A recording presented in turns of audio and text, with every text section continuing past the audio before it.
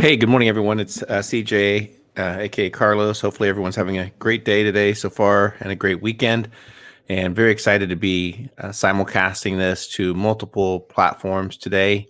I want to thank Harley Schlanger with the Schiller Institute as well as LaRouche PAC for helping to coordinate this very important discussion. So, the live stream is up, and we'll be joining here as soon as they begin the program. So just be patient and we'll start shortly. And then also make sure you hit that like button, the subscribe, and also share. Thank you.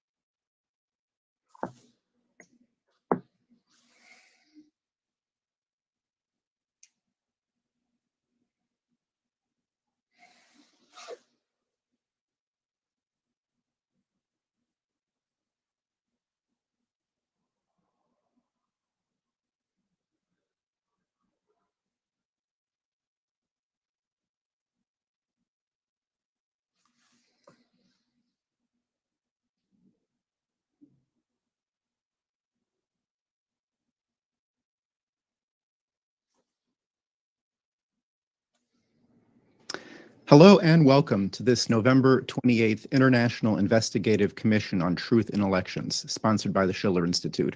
My name is Jason Ross and I'll be moderating this event. We are streaming live on YouTube and we have participants on Zoom.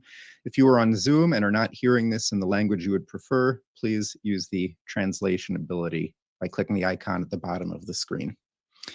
Although Election Day in the United States was November 3rd, today, nearly a whole month later, that election continues. The election has not concluded.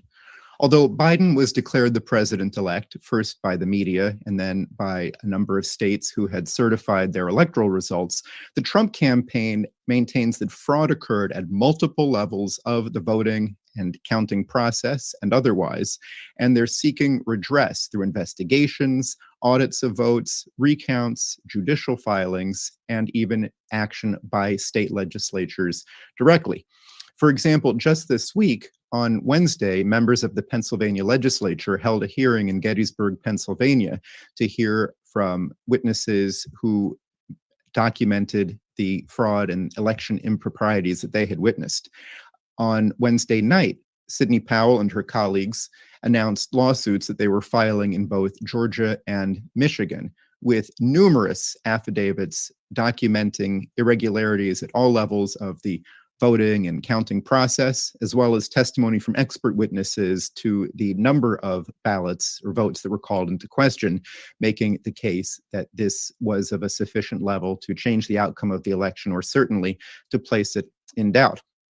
Then on Friday, State Senator Doug Mastriano from Pennsylvania announced that he and his colleagues, both in the Senate and the House, were introducing legislation for a joint resolution of the Pennsylvania State House and Senate to decertify the election results and take back the authority that they claim under the U.S. Constitution for the state legislatures to determine the manner of appointing that state's electors to the Electoral College.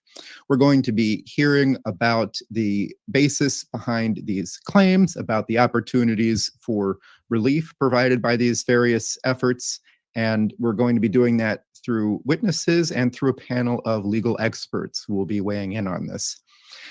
I'm going to introduce now our panel of international jurists who will be hearing testimony from our witnesses.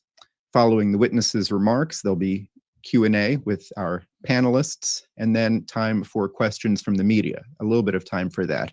And we'll then hear the thoughts and reflections from our legal panelists who we see here. So starting, we'll go counterclockwise. Starting on the lower left is Simon Levy. He earned his doctorate degree in law from the National Autonomous University of Mexico, the UNAM, and a Master of Law degrees from China, a first for a Mexican national, at Renmin University. He was appointed an Undersecretary of Tourism in the government of Mexico from December 2018 through May 2019 by President Andrés Manuel López Obrador. Prior to this, he was the CEO of the Investment and Development Agency of the Mexican government, and he was recognized as a young global leader of the World Economic Forum in 2013. He founded the China-Mexico Lecture and Fellowship at the UNAM and has conducted postdoctoral studies at Yale, Lee Kuan Yew Public Management School, and the John F. Kennedy School of Harvard University. We welcome him. Continuing counterclockwise, we have Marino El Savif, who from the Dominican Republic. He is an attorney at law with 41 years of experience, including as attorney of the state of the Dominican Republic against crimes of corruption from 2000 through 2004. He is a professor of constitutional law and criminal law, as well as criminal proceedings. He received his master's degree in criminal law in 1992 from the Autonomous University of Santo Domingo, and he is a member of the Institute of Criminology at that university. He has been associated with the Schiller Institute and the thinking of Lyndon LaRouche going back to 1985, and he participated in the 1995 Martin Luther King International Tribunal. In 1974, he graduated from the Association of Christian Youth in Montevideo, Uruguay, with a degree in social work. He currently hosts a radio show and writes for various Dominican media. Welcome.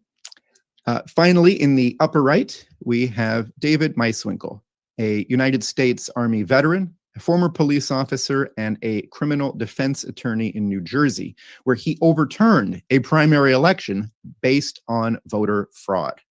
He is a 9/11 activist and the current president of the Lawyers Committee for 9/11 Inquiry. He's very active in this sense.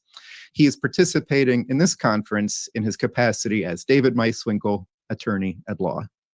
So we thank our panelists for appearing, and we will be looking forward to hearing their reflections on the testimony that we hear. There is another panelist that will be joining us later, and I'll introduce him when he joins us. So on to our witnesses. Our three main witnesses are Bill Binney, a multi-decade veteran of the National Security Agency, the Schiller Institute's Harley Schlanger, and former Virginia State Senator, Marine retired Army Colonel Richard Black. We will be hearing first from Bill Binney, who is famous as a whistleblower who left the NSA in light of its violation of constitutional protections afforded to people. We will hear from Bill Binney in a recorded video, and he will then be available for questions from our panelists. So, Bill Binney. My name is Bill Binney, and I'm happy to address the International Investigative Commission on voting truth. And my background, just to give you a little idea of where I came from, I worked for NSA for 36 years total, 4 in the Army and 32 in a civilian. And I broke ciphers, codes, and data systems against Soviet Union and different military targets. I basically also set up the programs that made it possible for them to spy on the entire planet, and they're currently still using those programs. I can see them in the Edward Snowden material. They didn't even change the names. So it's very clear to me back then in September or mid-October of 2001 that the NSA started spying on every US citizen in the country, taking in everything, content, metadata, you name it, voicemail, voice over IP, phone, the regular public switch telephone network, the internet, all the short messaging searches and whatever people did on the internet, they were taking it all in. And by that time, I could not be a part of that. It was a direct violation of the constitutional rights of the First, Fourth, Fifth, and Sixth Amendments of the Constitution of the United States. And I could not be a party to that. And so I left NSA and started to blow the whistle on it down in this House Intelligence Committee. And then I attempted also to get to see the Chief Justice Rehnquist of the Supreme Court. That didn't go anywhere. And since the leaders of the House Intelligence Committee, Nancy Pelosi and Porter Goss, they had already agreed to all these programs in October of that year. So they already were a part of it. So they knew that spying on U.S. citizens, all of them were going on. It was going on at NSA, and they agreed to it. And so from that point on, I just had to leave. So I left NSA basically at the end of October, Halloween Day, 2001. Initially, I started questioning Russiagate in August of 2016 when they first started talking about it. And it was more the sense of how they were talking about it. It gave me the clear impression that they had no fundamental evidence to prove anything they were saying.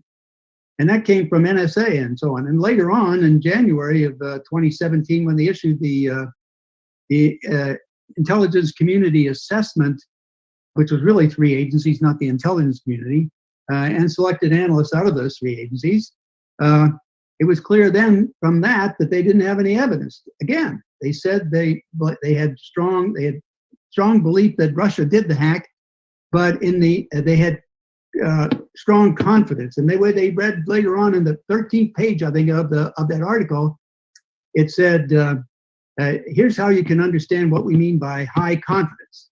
They said that is not to necessarily mean we have proof to say something is true. Well, I mean, they even negated their own report there. And in fact, later on, you find out they didn't have anything. Even at that time, this was when the CEO of CrowdStrike was testifying to the House Intelligence Committee, Schiff's committee. And he was testifying to them under oath, that he could not show. He said the data, the DNC data, looked like it was prepared to be exfiltrated, but they never saw it being exfiltrated. Now, from all the forensics that we did of that, we looked at the where we had access to it was when WikiLeaks published it. So when WikiLeaks published it, we looked at that data. It was like 5 or 6 of us from the VIPs, Veteran Intelligence Professionals for Sanity, here in the United States, and some people who were helping us over in the UK. And we all started looking at this stuff, and they said, hey, look at this emails here from the DNC. All of them had that last modified time ending in an even second. Well, that was 35,813 emails. All of them had the last modified time ending in an even second. That means the computer program did this. And the program that does that is the fat file transfer, fat file allocation table transfer. When you transfer data from one computer to a thumb drive or a CD-ROM or some memory stick, why, that modifies that time because it rounds off as an accuracy of 2 seconds. So it ends up in even seconds all the way.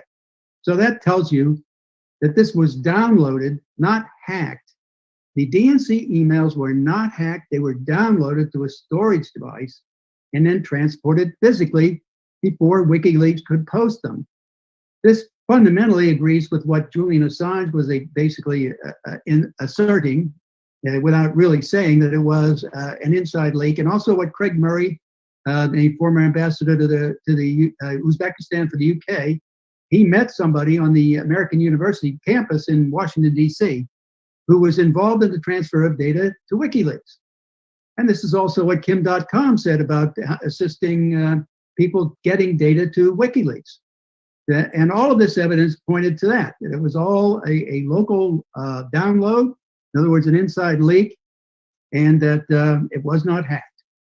And so blaming the Russians was a diversion and a fake and a lie, and they knew it.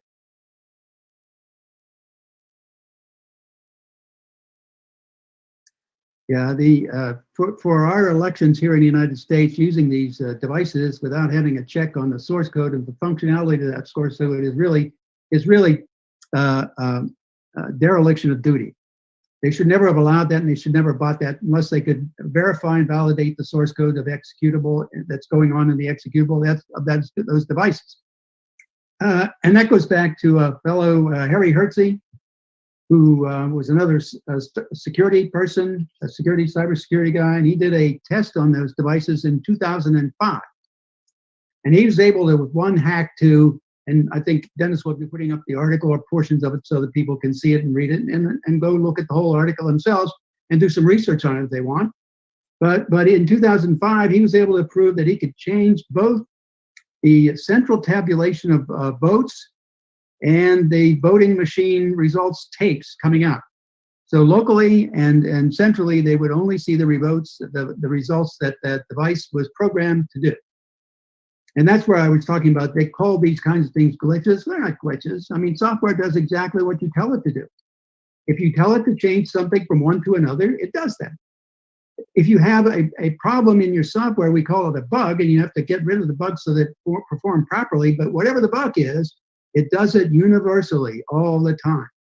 So it messes up all the time.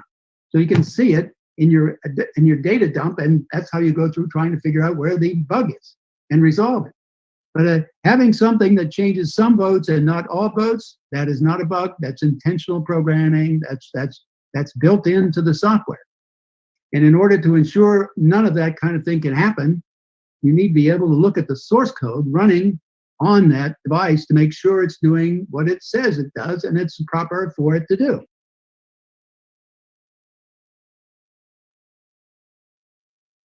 We sent out letters to every state, Secretary of State of every state in the Union, all 50 plus Guam, Puerto Rico, and I think 2 other places. There were a total of 54 registered letters we sent out to them saying we had a way that we'd like to help you all fix the voting system, to verify and validate the voting process in the United States, in your states and around the country.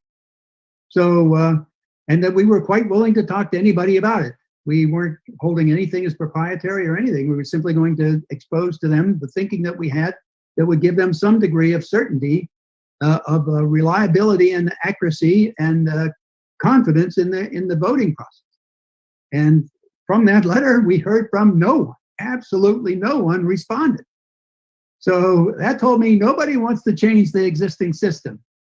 And nobody wants to do any of that. So, but we had a proposal where we were talking about looking at things like the census, Social Security, the voting registration, the public switch telephone network system, and all the phone numbers and addresses and names and all around the country in every state, and doing basically a normalization of that, pulling it all together to verify and validate who lives where, their names, their addresses, phone numbers, whatever data we could assemble from the publicly available systems, whether or not they're alive or dead, all that from the dead registry of Social Security. Then we would have that as a master record for the entire country, and then be able to parcel out the valid voters or reliable citizens who are eligible to vote to every polling station in the country. No matter how many that is, it doesn't matter. We know where they are physically, so we can assemble by location where the legal voters are. And we wanted to do that and have it. Also, we wanted to put it online so it could do things as people came into the polling station and registered to vote. It would check them on the central list in the country, so that they couldn't go from one polling station to another and try to vote again, or one state to another and try to vote again. Because once it was registered, it was registered. That was what we were trying to do to validate and verify the voting system in the United States. We also were looking at ways and means that individual citizens could validate that the vote that was cast by them was in fact the vote that was registered and counted centrally, for them and their record. So we'd have a way to do that with privacy built in.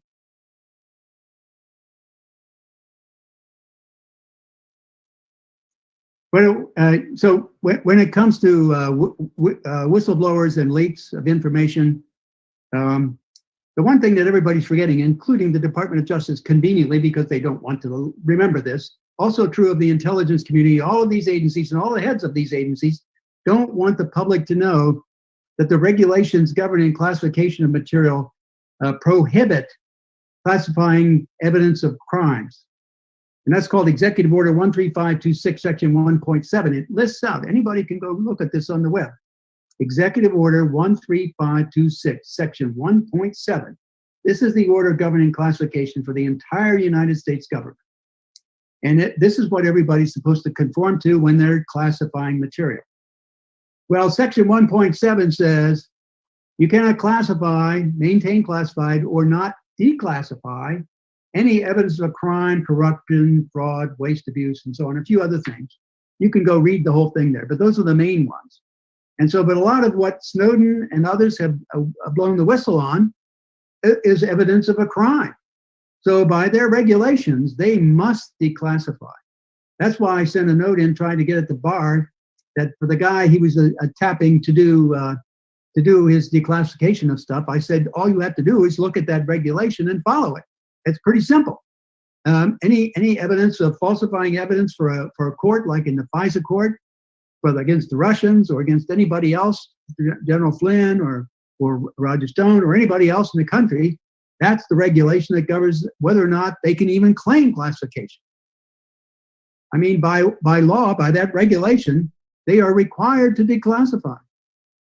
So they can't hide behind national security or hide their crimes behind national security. And that's what they've been doing. And the courts have been letting them get away with it. They wouldn't even let my testimony into the court for General Flynn or Roger Stone, because they didn't want to hear the truth. I mean, the truth was so clear and obvious. They didn't want to hear about the hacking. They didn't want to hear about the executive orders. They didn't want to hear about the truth. And that's what's going on. You know, we're using the Russia thing like the Nazis did Special Order 48 in the Reichstag fire in 1933 to take over the country. That's exactly what they did. And in fact, if you read the NDAA, National Defense Authorization Act, Section 1021, it says exactly what Special Order 48 says. It talks about having the ability to incarcerate anyone for as long as the authorities that deem them to be a threat.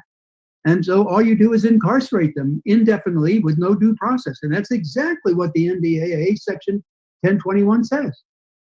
And that's exactly what Special Order 48 said. So this, my friends, we are becoming the banana of a banana republic. Well, thank you very much, Bill Binney. I want to let our viewers know that one of the things that Mr. Binney referred to, Harry Hursty's research on the ability to electronically change votes, this exhibit is among those filed in the Georgia case, and it's available on our website for this conference, so you can see it there. We're now going to offer an opportunity for our panelists to pose questions to Mr. Binney. And I believe that we are now joined. We'll introduce our final panelist who got on, we have connected now. On the bottom of your screen is Juan Francisco Soto. Welcome. Juan Francisco Soto is a constitutional attorney, having taught constitutional law at the University of Buenos Aires and Avellaneda National University. He was an election monitor in the Argentine elections of 2013, 2015, 2017, and 2019. He teaches courses on constitutional law and other training seminars at the Arturo Enrique Sampe Institute and the Argentine Association for Constitutional Justice. He's a founding member of the Law Institute on Foreign Debt, of the International Public Law Institute, and of the Federal Capital Chapter of the Public Association of Lawyers. He currently serves as legal counsel to the Paraguayan-Argentinian Yacyretá binational entity regarding that dam that spreads between the two countries. Welcome.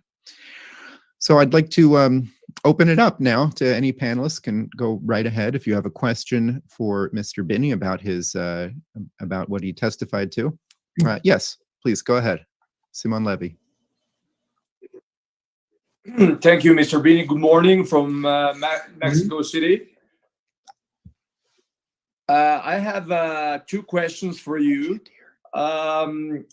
Considering the information that you have shared with us, I would like to ask you if you believe or you have any kind of objective element that the pandemic situation right now in the USA affected directly in the way or the patterns of two main sources of the votes, of the ballots.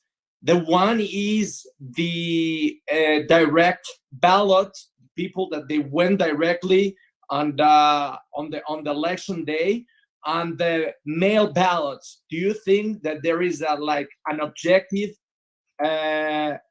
pattern or any material that you can share with us that affected directly to the result of the election? This is my first question.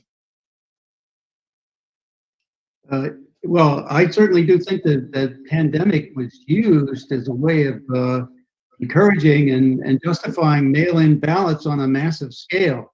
And that was my impression. They used that to mail out millions of ballots to people, even if they didn't ask for it. So, but I didn't have any specific documentation of that other than what's been reported in the news media.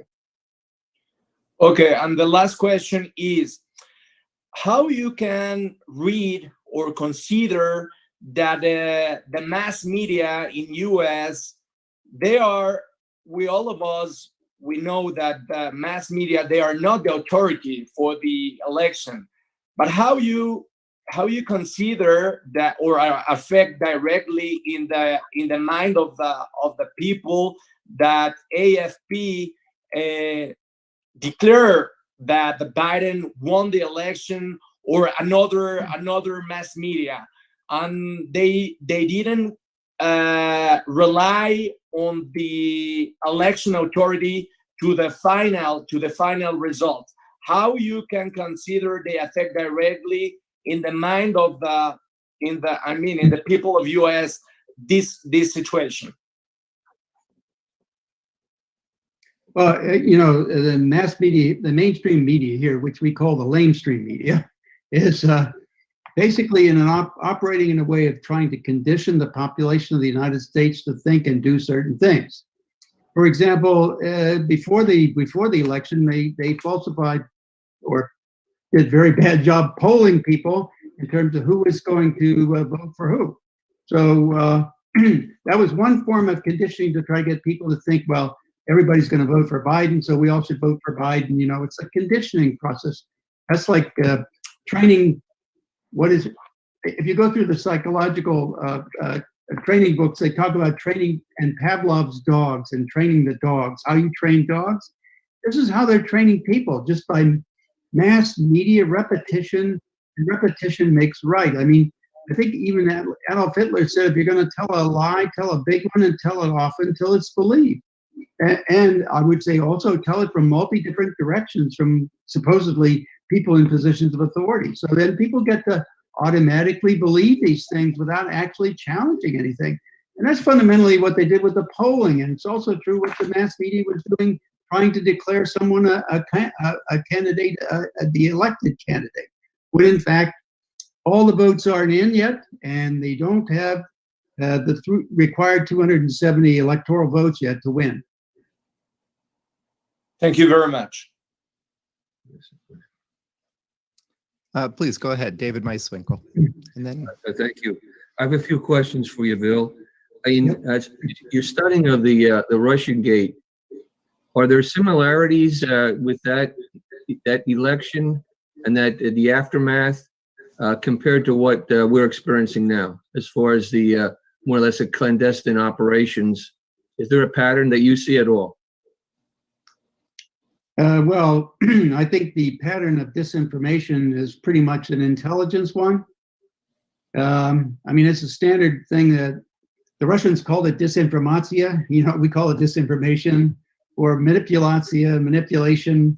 It's the same thing. It's a standard intelligence technique that's been, used down through the centuries. I mean, even in World War II, if you recall, when they were using General Patton as a decoy for another army for the invasion at Calais across the shortest distance to France, they deceived Hitler and his generals by putting him there. I think the generals were not quite deceived, but Adolf Hitler was, and so that made the difference.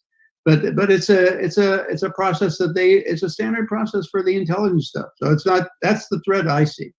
And in fact, I think Senator Schumer, when he was talking on CNN, I think it was, about General Trump when he was coming in to be president, he said he better not go against the intelligence community because they've got 6 ways of Sunday to get back at you. Well, this is one of them, So, I mean, this is not, and even the Goose for Two material, we were able to prove it had the signatures of what came out of CIA.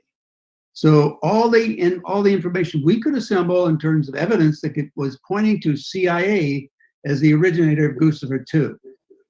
So that, and that basically says, that software we referred to in terms of Boots for Two was the Marble framework that was compromised in Vault 7 by WikiLeaks. Again, we were getting the truth from WikiLeaks, and what are they trying to do? Shut down WikiLeaks. Why? Because they don't want anybody to know the truth.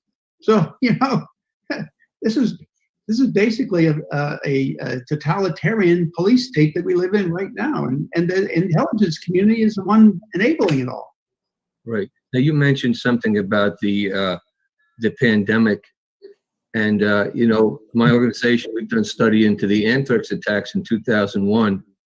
In fact, there's a congressional petition to try and reopen those investigations because we felt that the FBI didn't do the proper investigation, and the person that was fingered for the killings, Bruce Ivins, who conveniently commits suicide, and then he's declared the culprit, that he didn't do that. He was a scientist at USEMRID.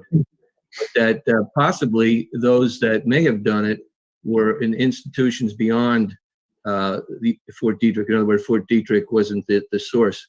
But people like Francis Boyle, who wrote the weapons, World Weapons Bioweapon Treaty, he believes that what we're experiencing with this pandemic is another bioweapon. That the anthrax attacks on Senators Daxo and Leahy back in 2001 was a bioweapon, and it was an AIM strain, which means it was an American strain of anthrax. And so now we have this pandemic, which some people are thinking that it may be a bioweapon. And you mentioned the fact that when President Trump ran for office, this pandemic was a important reason for all these mail-in ballots. So maybe you can just address that. You mentioned intelligence in the Russian gate and perhaps intelligence in this situation. And we're talking too of anthrax, where it was a bioweapon, which seemed to possibly involve intelligence. Certainly it was a high level beyond Fort Detrick. And now we're talking possibly about this COVID and an attack on the world, but in particular here in the United States, which it seems to have affected, at least in some part, this election and the way the people are being able to vote. Maybe you can just talk about that for a moment. And then I have just one follow-up question. Yeah, I think, Dave, I have some information might be that I haven't validated yet, but I think is reliable. In Germany, some people have found an article or a request for funding back in March of 2019. And it was like the Bavarian government was requesting an allocation of 22 billion euros for planning for a corona pandemic. So this seemed to be something we should be calling this COVID-19 program as a plandemic, not a really a disease this is something that seems to be people were planning for. So if this is true, then it puts in question the source, the motivation worldwide for all of this.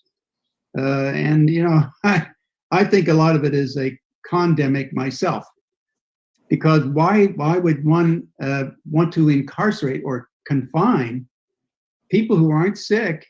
I mean, the standard procedure, as far as I knew, for the last several hundred years, is if you had somebody that got sick with a contagious disease, you confine them and the people in their local or close-in environment. And so that's been the procedure for as long as I know of. And instead, what we did now with this case is we all of a sudden we confined everybody, sick or not. So I mean, this just didn't make any sense, scientifically, or getting herd immunity quickly wouldn't happen that way. That's for sure. And now we're seeing continuations of things, and I think the testing, as it gets better and better, we're finding out that many more people had this than we thought. And it's nothing new. It's nothing that's spreading. They've already had it.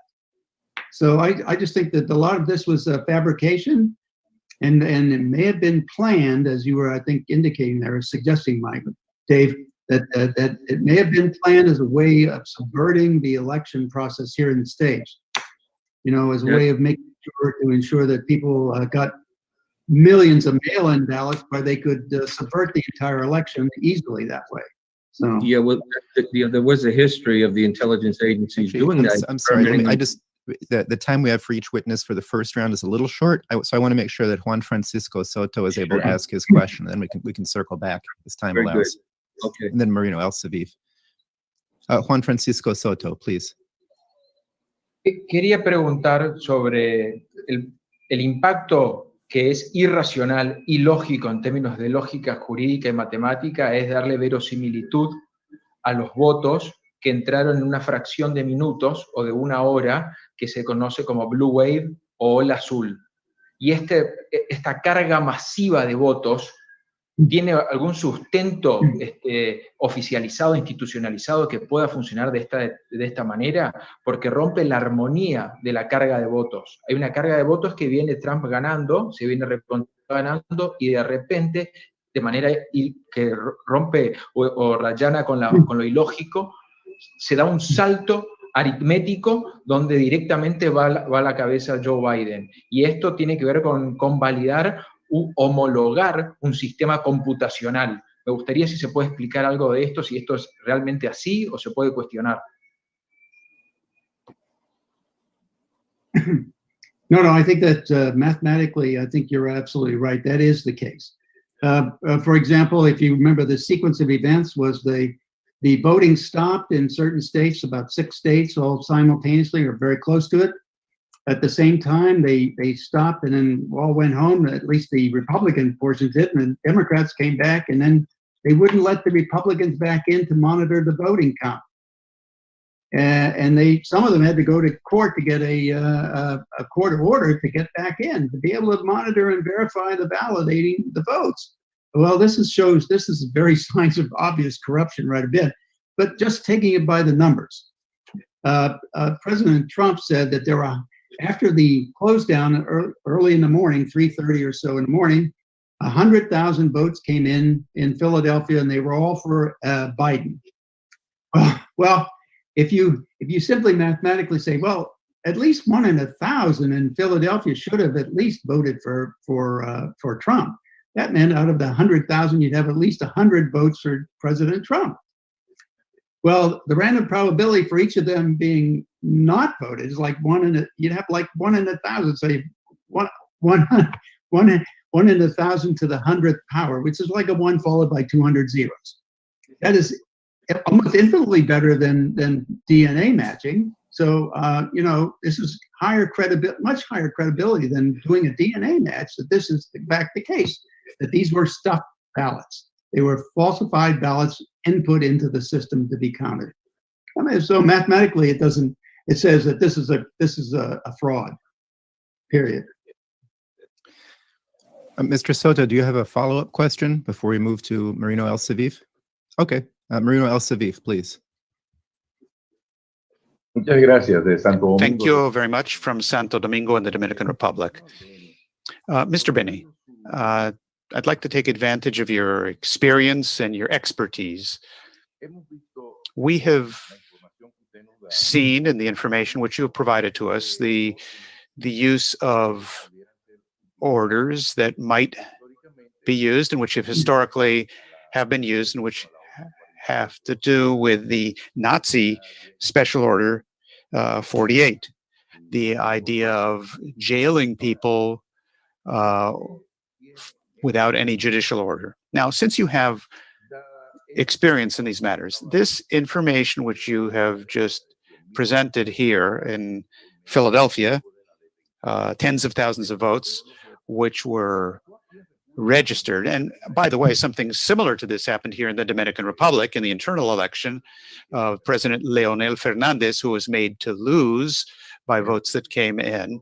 Do you believe that some sort of algorithm was used or some sort of application, an electronic application that channeled votes to bring about that feat or that accomplishment from a technological standpoint, and thereby turn the vote, the real vote, away, and to make the necessary manipulation or alteration that you have indicated with regard to the voting patterns of Americans in this recent election? Here's my impression of the entire process, including the mathematics of it. So what it looked like was, and they found some evidence of moving votes from President Trump to Biden. So they had some basis for that, and it looked like there was an algorithm running. But here's my impression of it was that the algorithm they put in place and distributed around to all the systems in place wasn't strong enough a conversion to overcome the landslide voting for President Trump. So in the end, they had to revert back to the old way of doing it, is stuffing the ballot box with fake votes. So in order to do that, they'd had to shut down the voting, get all the Republicans out so nobody could witness it, and then come back in and bring all these votes in, false votes, and then fill them out. And they had some video of people filling them out, doing that in these voting stations. So there's some evidence for that, and also the fact that these bulk amounts of data ballots came in and just mathematically changed so drastically the results was clearly mathematically an indication that this was a total fraud. And so my point was that there seemed to be an algorithm running, but it wasn't strong enough to overcome the landslide that Trump was getting, and so they had to revert back to the old way of doing it, stuffing the ballot box with fake votes. Mr. Elseviv, do you have a follow-up question?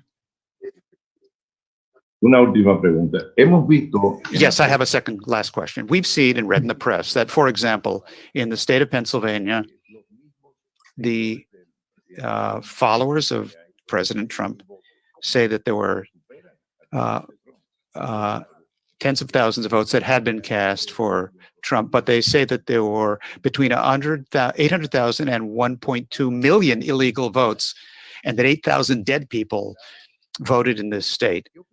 What do you think about this as an expert? What do you think about those charges that have been made by the legal team, which is presenting the cases on behalf of the Trump campaign, and that this could perhaps rise to the level of the Federal Electoral Council? This could, in fact, become a legal case, could it not, before the Supreme Court of the United States?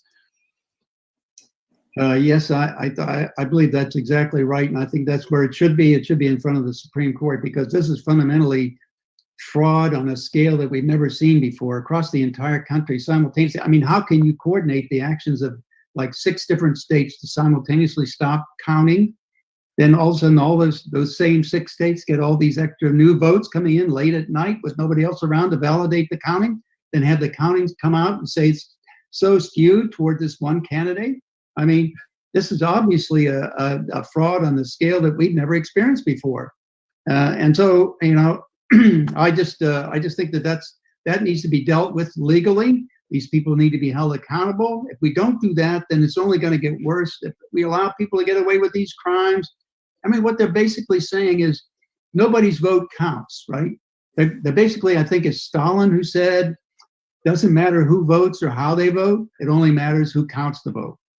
And when you're counting the votes and you're only one party and you keep the other party out, you're stacking the deck. Great. Well, thank you, Bill. Bill Binney will be available for more questions in the second part of our event. We're going to move now to our second witness, Harley Schlanger. Harley is a longtime collaborator of Lyndon LaRouche, and he gives daily updates for the LaRouche movement. He's speaking to us as a representative of the Schiller Institute to give an overview of the vote fraud allegations and the fight to overturn it. Please, Harley. Thank you, Jason, and thank you, Bill, for that compelling picture you presented. I'm going to give an overview, which I hope you will conclude from the picture I present, that there was large-scale fraud in the 2020 election, that contrary to the media claim that it's baseless to say there's fraud, that there's no evidence of fraud, there is a basis, as you will see. And in fact, the attempt to dismiss charges without an investigation is part of the fraud. And there, with the widespread irregularities, the anomalies that Bill has pointed out, to dismiss it by saying, well, that's just an election and we have to move on and Trump should walk away and concede gracefully, is not just a fraud in an election, but an assault on the Constitution and on the American voter. Significant evidence has already been provided, and I think all of you received links to some exhibits, the Sidney Powell, Michigan filing, which is, I think, 75 pages, the Michigan affidavits, the Georgia filing, which is 104 pages, and the dossier of Smartmatic's Lord Malloch Brown. Smartmatic is one of the firms that is most significant in the tabulation of the vote totals. I will point out that we're facing a problem with censorship in that Sidney Powell's Twitter account was prevented, people were prevented from retweeting her file for a period of time. It was then later lifted. But this is what we're facing in the United States today with the merger of big tech with the military-industrial complex, which I'll get to in a moment. So I'm going to start with the context for this. As a backdrop to the assertion that there was fraud, you have to look at the fact that there are diehard opponents to Donald Trump who carried out a 4-year campaign to discredit his election in 2016. When they say that Trump is not accepting the result of the votes in 2020, when did Pelosi, Schumer, and others, Adam Schiff and others, ever accept Trump's victory in 2016? And what the charges against Trump from 2016 are actually baseless and without evidence, despite their constant repetition. Now, what I'm going to show you is that these forces, these diehard anti-Trumpers, had a motivation to commit fraud, they had the opportunity to commit fraud, and they also had the capability to commit fraud. Now, in discussing the anti-Trump networks, let me just identify who I'm referring to. We're talking about networks of British intelligence who were involved in the operation in Russiagate, who have a very close eye on the United States. This includes British intelligence, the monarchy, GCHQ, which is the NSA equivalent in England, MI6 in the City of London. And their position was laid out in December 2018 in a House of Lords report, which said that Trump cannot be allowed to get a second term because that would be the end of the special relationship. So they had a vested interest in defeating Donald Trump. Secondly, the Obama intelligence team, whose fingerprints and activities all over Russiagate and all over this election. This includes the CIA, including John Brennan, who was the former head, and Gina Haspel, one of his proteges, who's now the head and is refusing to let documents be released. The Director of National Intelligence Clapper, the FBI, the permanent bureaucracy in the Justice Department, all of them are part of this anti-Trump network, which possesses the motivation, the opportunity, and the capability to run a fraud. We're also talking about the Republican Never Trumpers, the Bush Network, and their involvement consistently in trying to undermine President Trump. And then the broader term of the military-industrial complex, which includes Wall Street and the related corporate cartels, including the media cartel, and also now big tech and social media. Now, what's the motivation? What's the hostility to Trump? Well, this is the network which launched and continues to insist on carrying out the endless wars that President Trump promised to end. The regime changes, which not only are they carrying out all over the world, but now this fraud represents regime change in the United States. It's an anti-Russian policy, anti-China, but it's designed to keep Trump and Putin from ever working together. Secondly, they're pushing global financial restructuring. Why? Because the system is collapsing. It wasn't saved after 2008. In fact, the instability was increased by the buildup of debt. And this is also the network that's pushing the anti-science Green New Deal globally, which will lead to global starvation, the lack of energy and food production, expansion of disease and pandemics. This is a network which has been committed to policies that will allow that to increase as a danger. Now, look at who they're bringing in if Biden is certified as president. The same network, the people behind Russiagate and the Ukraine impeachment, the ones who have the technical capabilities to commit fraud, and which are poised, if they do come in with Biden, to storm into Washington to take us back to the good old days that the American voter rejected in 2016. This is the crowd that established the post-Cold War order, a unipolar world run by the City of London and Wall Street through agencies such as the International Monetary Fund. And the US military was the chosen power to enforce this. That's what the special relationship is, the US military imposing the global bankers' dictatorship of London and Wall Street. And Donald Trump represented an existential threat to that, because we need to recognize the system is bankrupt, and the potential for a new financial system of sovereign nation states centered around Russia, China, and the United States in an alliance is something that they feared Trump was trying to pull together. And that's why he was such a threat. Now, as for the opportunity, let me just call your attention to two things.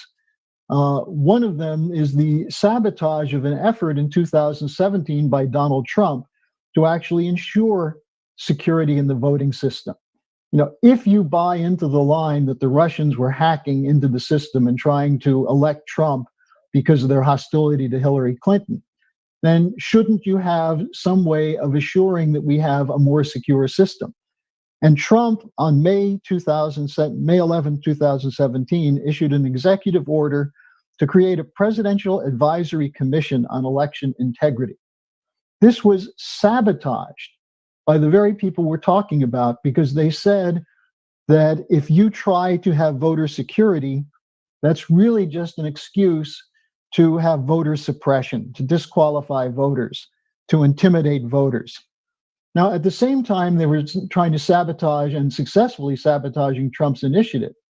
They were putting out the story that there were 21 states whose electoral records were hacked by the Russians.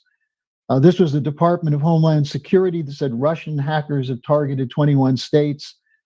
Now, the Washington Post admitted that these cyber attacks were unsuccessful. But what they said is that you have to project integrity or belief in the integrity of the system while expressing concerns about future threats. You have to have a balance there. Now, what do they mean by that? Well, they meant that you have to stop Donald Trump. And we saw this was the same network that was responsible for what Bill mentioned, the fake polls that were a run-up to the election and the attempt to give Joe Biden a pass in his election campaign.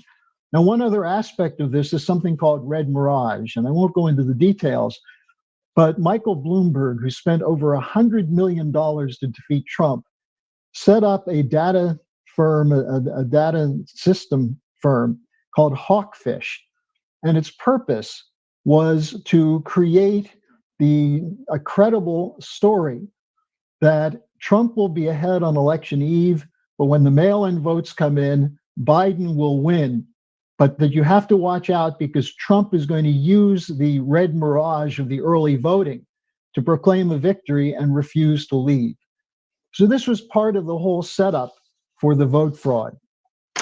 Now, keep in mind, the media is key to this. Now, as to the capability, well, you just heard from Bill Binney, the capability that exists through the cyber systems. We've seen this since Edward Snowden came out and exposed the moves toward using these technologies to set up a surveillance state, which is not only to watch you, but to control and manipulate you.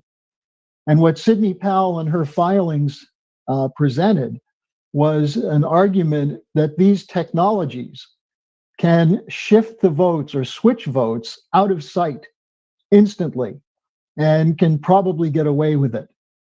Now, one of the cases that she brought up is the case of Smartmatic, and I'm just going to review very briefly this. You have the Executive Intelligence Review lengthy article that goes through this. But here you have what should be seen as a blatant conflict of interest. First of all, if you're concerned about foreign influence on US elections, why have a company whose CEO and one of the top board members is a member of the British Privy Council an ally, a longtime ally and probably supporter of George Soros, who's been involved in all the anti-sovereignty activities of George Soros, who has a record that he brags about of interfering in election campaigns. Doesn't that seem to set up some red flags? And in particular, the fact that he was a promoter, a coordinator, a liaison between the Privy Council and Barack Obama in 2007, 2008. So he was oriented toward an Obama-Biden administration. This is the man whose company was involved in counting the votes in a number of states. Now, Smartmatic was banned in Sweden, Switzerland, Norway, Austria, the United Kingdom, and the Philippines from counting votes. The Royal Institute of Technology in Sweden did a study where they said, we have found security gaps making it possible to totally change the result of an election. And I believe it was the UK investigation that said this is a fraud-prone system. And we have it from Lord Malik Brown himself. He was involved in the Philippines where Smartmatic was used. And in a 2015 interview with the Philippine Daily Inquirer, he said that he issued a fraudulent exit poll in favor of Corazon Aquino, which then became the basis of a regime change operation that put her in power. And he said, Marcos never recovered from that. It was very exciting experience to watch. I've done an awful lot of campaigns since, but I still say I learned my whole business on the Cory Aquino campaign. So an open admission that he engaged in fraudulent election practices. Now, then we have the statement of the Smartmatic CEO in 2017. This is Antonio Mujica, who's a Venezuelan who made this statement when he was asked about charges that they tampered with the Constituent Assembly election that kept Maduro in power, or rather Hugo Chavez. And he admitted the votes, quote, were tampered with and manipulated in 2000. This is his admission in 2017. He said, for the system to work, there must be people auditing the system. They didn't have poll watchers in Venezuela, and that affected 1 million votes. Now, keep that in mind when we get to the specific charges from Sidney Powell about the refusal, which Bill has already mentioned, to allow poll watchers in the contested so-called battleground states in the 2020 election. Finally, I'll just mention very briefly the role of the Department of Homeland Security in setting up a cybersecurity operation under Christopher Krebs, who is a former security official from Microsoft, again, big tech. And the committee he set up included Smartmatic and Dominion, the other voting machine company that's under investigation for involvement in the fraud. According to an article in Bloomberg News in November 2018, private equity controls the gatekeepers of American democracy. And they write that there are 3 companies, including Smartmatic, which dominate U.S. voting machine industry, and that are controlled by obscure private equity companies that operate in secret. So if you think about this, what we've seen so far is that you had the motivation, opportunity, and capability to commit fraud in the hands of a very small group of people tied to intelligence networks, very wealthy groupings of Wall Street, Silicon Valley, Hollywood. So the question is, what did they do? Because we know there are irregularities and anomalies, some of which have been pointed out so far. So what Sidney Powell identified in the first track is what she called old-fashioned ballot stuffing, the standard fraud that's visible.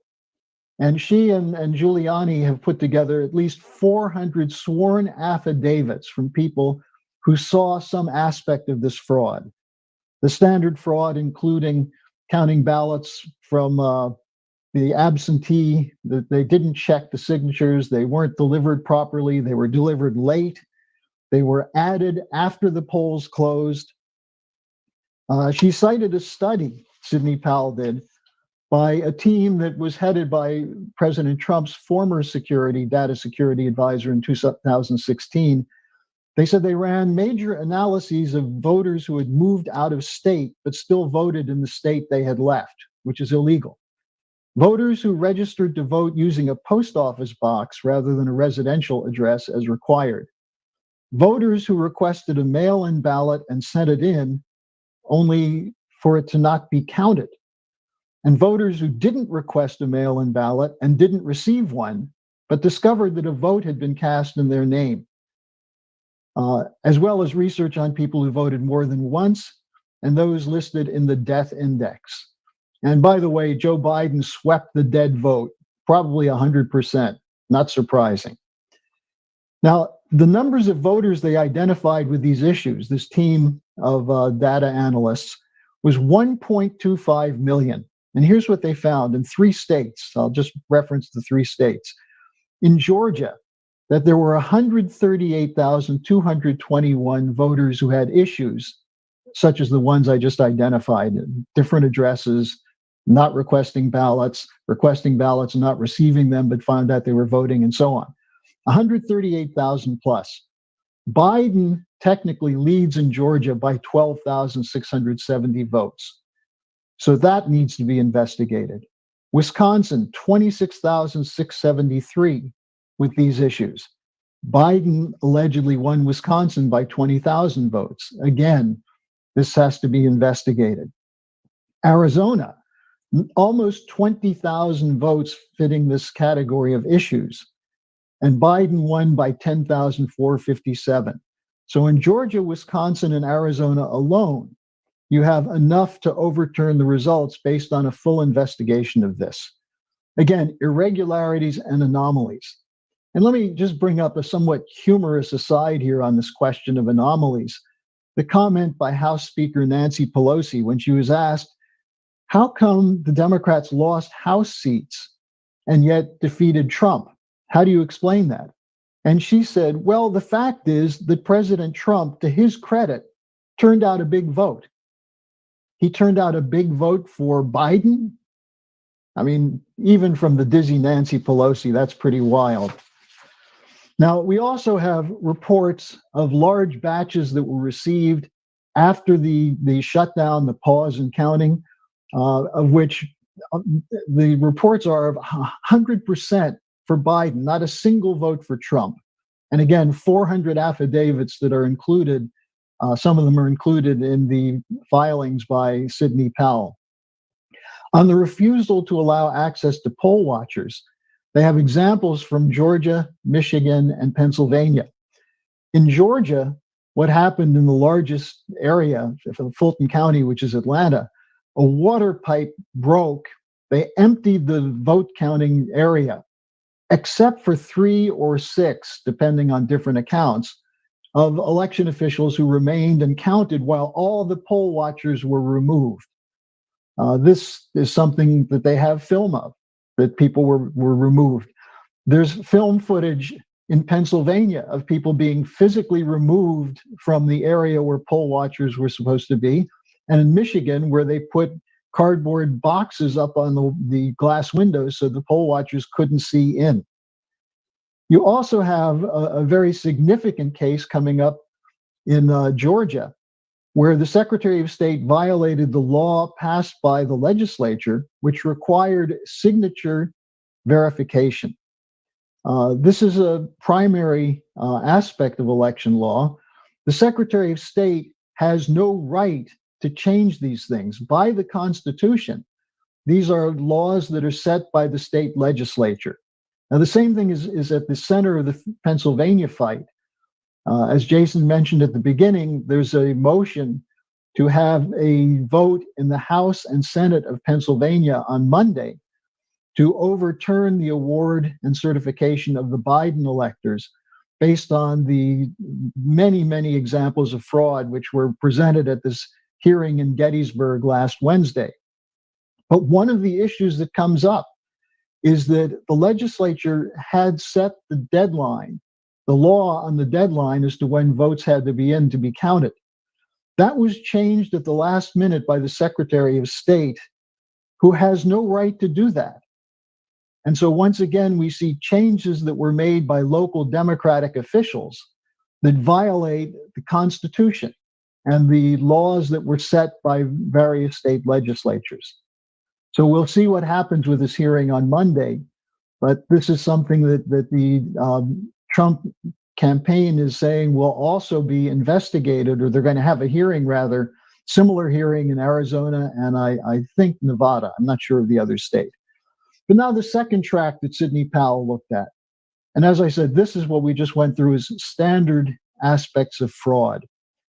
Well, the harder question is the cyber theft. Now, first of all, you can start with the fact that there were repeated warnings about the Smartmatic system, including from Democratic Senators Elizabeth Warren and Amy Klobuchar. In Georgia, even Stacey Abrams, the darling of the liberals there, had warned about moving to the Dominion system, which was the other system. Now, when you're talking about Dominion and Smartmatic, you're talking about the machines that are used in counting most of the votes in the country. Dominion equipment was used in the battleground or the states that would determine the Electoral College margin. These are North Carolina, Nevada, Georgia, Michigan, Arizona, and Pennsylvania. Altogether, there were 28 states that used the Dominion equipment. They were used in states that had 40% of the US voters, as well as some of the largest counties like Maricopa County in Arizona, Clark County in Nevada, 47 counties in Michigan in which there were a number of irregularities. In Georgia, there was a so-called glitch in Morgan and Spalding counties due to an upload the night before, which is highly unusual.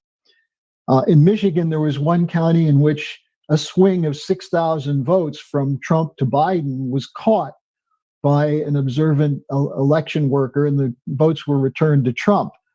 Were there other counties like that? In Gwinnett County, Georgia, which is a suburb of Atlanta, they found 4,000 votes that were lost due to a bad data card. So you have a number of these kinds of cases, but then you have what Sidney Powell put together is expert testimony on the ability to manipulate the counting using cyber techniques. Dr. Andrew Apple from Princeton claimed that in looking at the Dominion machine, he was able to hack it in 7 minutes using a screwdriver. There's also another expert, Kashavaras Nia, who reported that and he's someone who has long experience in the intelligence community, and this goes to the question I believe that one of the panelists just asked. He said, intelligence has developed tools to infiltrate foreign voting systems, and Dominion is vulnerable to such data manipulation. So you have experts, including Bill Binney now, who have testified to this as a danger. There's also expert testimony on back doors that exist, openings to the internet, which would allow someone to come in and hack these systems. We also have the real anomaly of 130,000 votes in Michigan, which came in, all for Biden. So these expert analyses are all part of Sidney Powell's case. This is just a sampling of what's documented in her case. Yet the media refuses to report it except to say it's baseless. Now, on dealing with cyber fraud, there's a request to impound all the machines that were that were Dominion voting system machines. I would ask Bill Binney if he could comment on whether a backdoor switch, which would allow votes to be traced, if that's something that can be discovered through impounding a machine. Now, ultimately, as Roger Stone told me the other day, and Roger, as you probably know, is an expert on elections and election activity, he said that in his view, Sidney Powell has compiled overwhelming evidence that fraudulent cyber activity took place. But, and this is a big but, He said, the proof lies in the files of the CIA and the National Security Council and should be investigated by the FBI. The files must be opened. Associates of Lyndon LaRouche, such as myself, are familiar with 45 years of dealing with fraudulent elections.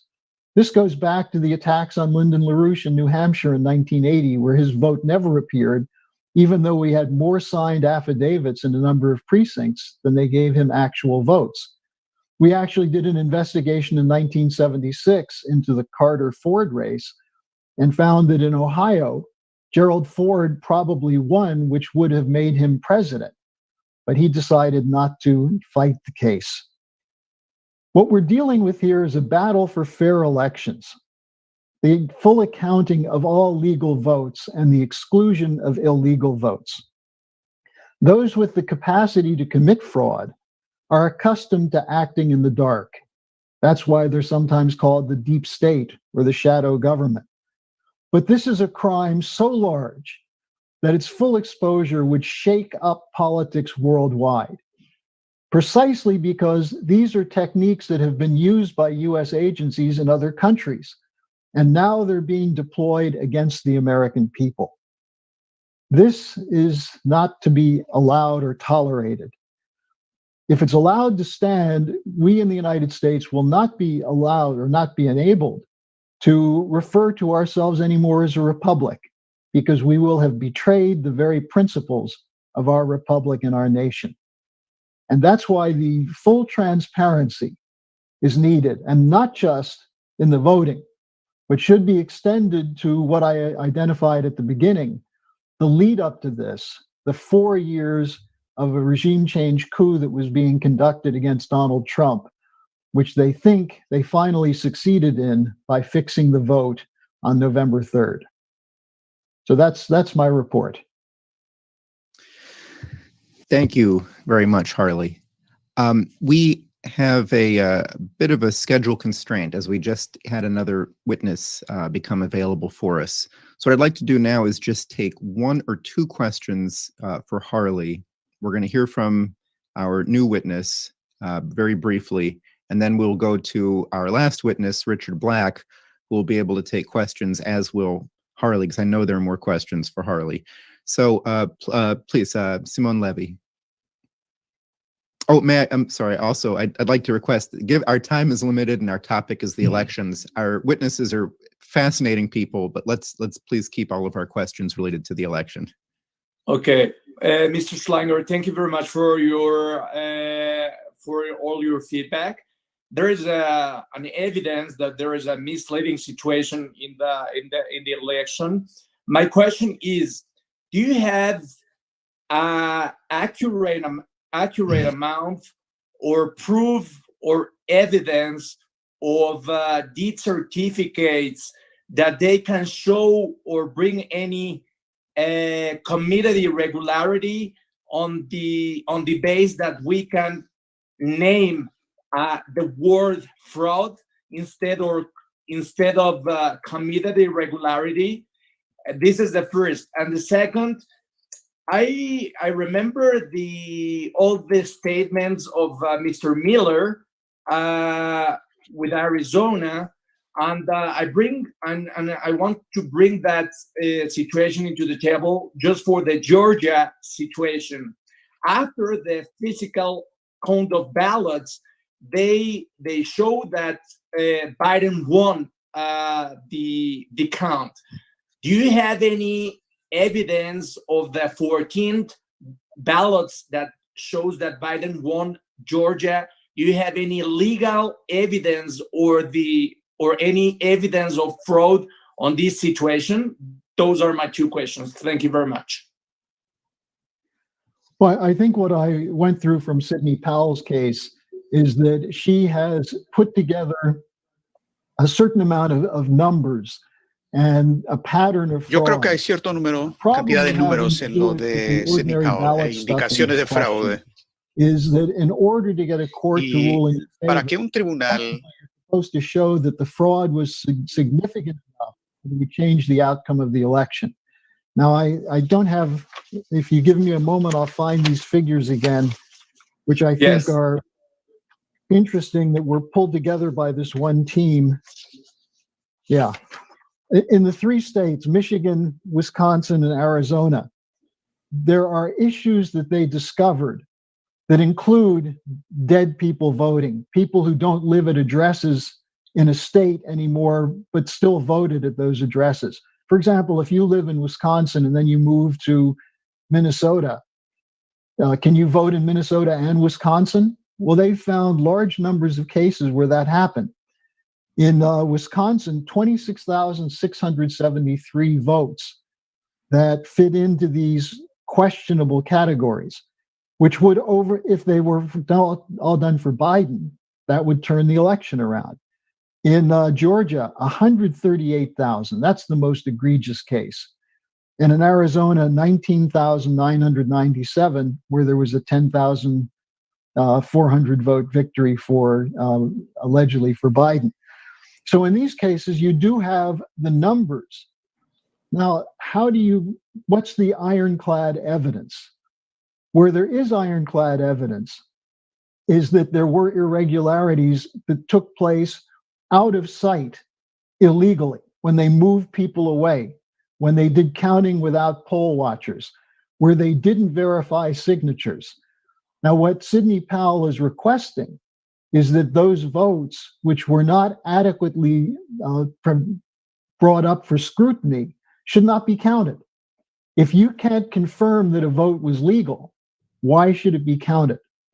And that's what she is calling for in part of the remedy that's proposed.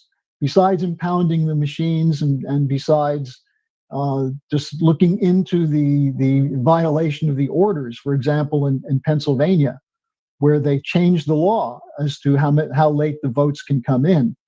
Besides that, they do have these numbers of votes which are questionable.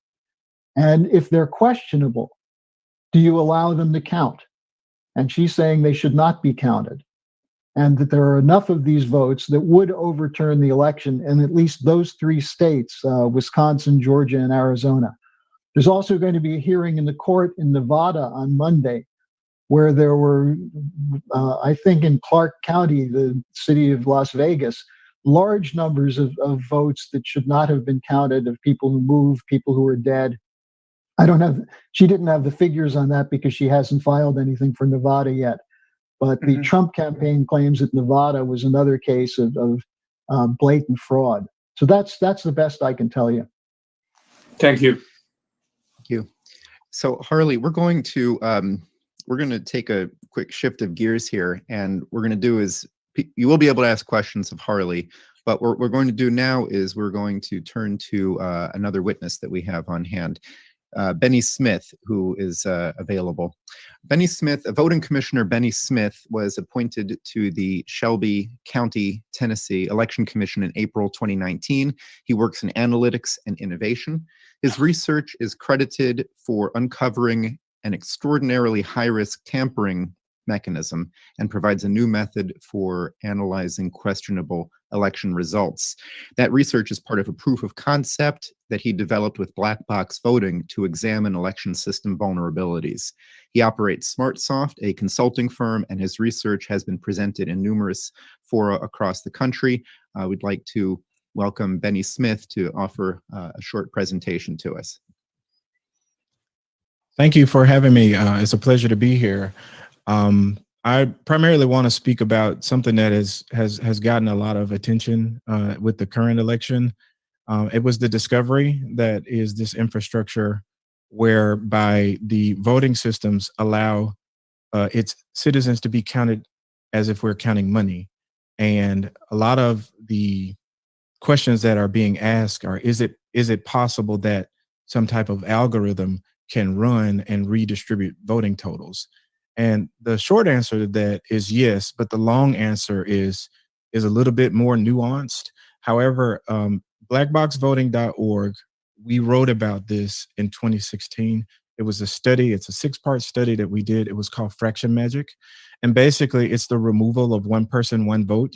And it's a feature, it's not a bug. It's a type of race that's embedded within the election equipment, within the election equipment that allows for weighted elections. And that weighted election is best described as if I own 6.92 acres of land and you own 3.27 acres of land, then my vote of 6.92 should count more than yours. And when that is running, it is troubling if you don't know it, because you can literally weight races based on who you want to win. And that was a subject of a study that I did recently. I became intrigued when Michigan admitted that they had about 6,000 votes that were counted for Biden that they were supposed to have been counted for Trump. And I think at the end of the totals, they found out that Trump won that county by 2,500 votes versus losing it by 6,000. And then we commissioned a study to see if we could chase that algorithm and see if it had a signature. And we are doing pattern analysis. And we found out some very interesting things in Michigan. We looked at the 4 most populous counties. And what you expect to see is like a parabola. And what we saw was a diagonal slope, which was very interesting. It doesn't mean that we found the presence of the algorithm, but it does suggest that you need to look further. And I think in Antrim County, where a random person saw that the totals didn't look right because it was like a completely Republican-dominated county that voted Democrat, which doesn't make sense to a local. And the only way that they could get the true total was to go and look at the hand counted. They had to hand count it and get back to the totals. So it's something that is very relevant now. There are some people talking about it, and I don't think they have a full understanding or appreciation of it. So you have to be somewhat wary of some of the people who are alleging that they found this somehow. I think some people are using the New York Times data. That's a futile exercise. I wouldn't do that. There's some technical reasons why. However, that series Fraction Magic, if you go to blackboxvoting.org and search Fraction Magic, there's going to be a video in a 6-part series that will really educate the public. We do have to police the republic. We shouldn't leave this up to hardware and software to count elections. I'm a hand-marked paper ballot, probably counted in public on camera. Thank you guys for having me. Thank you. Thank you very much. Let me just ask one very quick question before we move to our next speaker. You had said that you had done research showing, this use of fractional voting, and you cautioned against the New York Times data. If it's possible to explain in a way that you think our audience could understand, could you briefly say what the problem is or what some of the poor analyses you've seen that use that data? Right. It's improper to try to back your way into a number. These methods of fractional counting are powerful financial allocation methods. And for instance, the New York Times data is only giving a percentage, and they are basically showing 53.4% of a total. And if you try to multiply 53.4% to a million, you don't have the decimal precision. If you just go by a gas station, you're going to see 3 decimal places, even though the penny ends at the 2nd decimal place. And there's a reason for that. So if you only have 1 decimal place, then when you multiply that times a whole number, you don't have the precision that's required to get back to a whole number. While it may still be a fraction of a number, the New York Times its output isn't giving you enough detail to get back to an original number. Okay, great. Thank you for that clarification. Thank you, Benny Smith. I hope you might be available for more questions later. If they come up, we'll see. So you're invited to stay on if you're able to. We'll turn now to our last scheduled witness and then be able to have plenty of discussion among the panelists and questions. Our last witness today, scheduled witness, is former State Senator Richard Black. He served in the Marines. He achieved the rank of colonel in the United States Army, and he'd served in both the Virginia House of Delegates and in the Virginia State Senate. Senator Black, Colonel Black, please.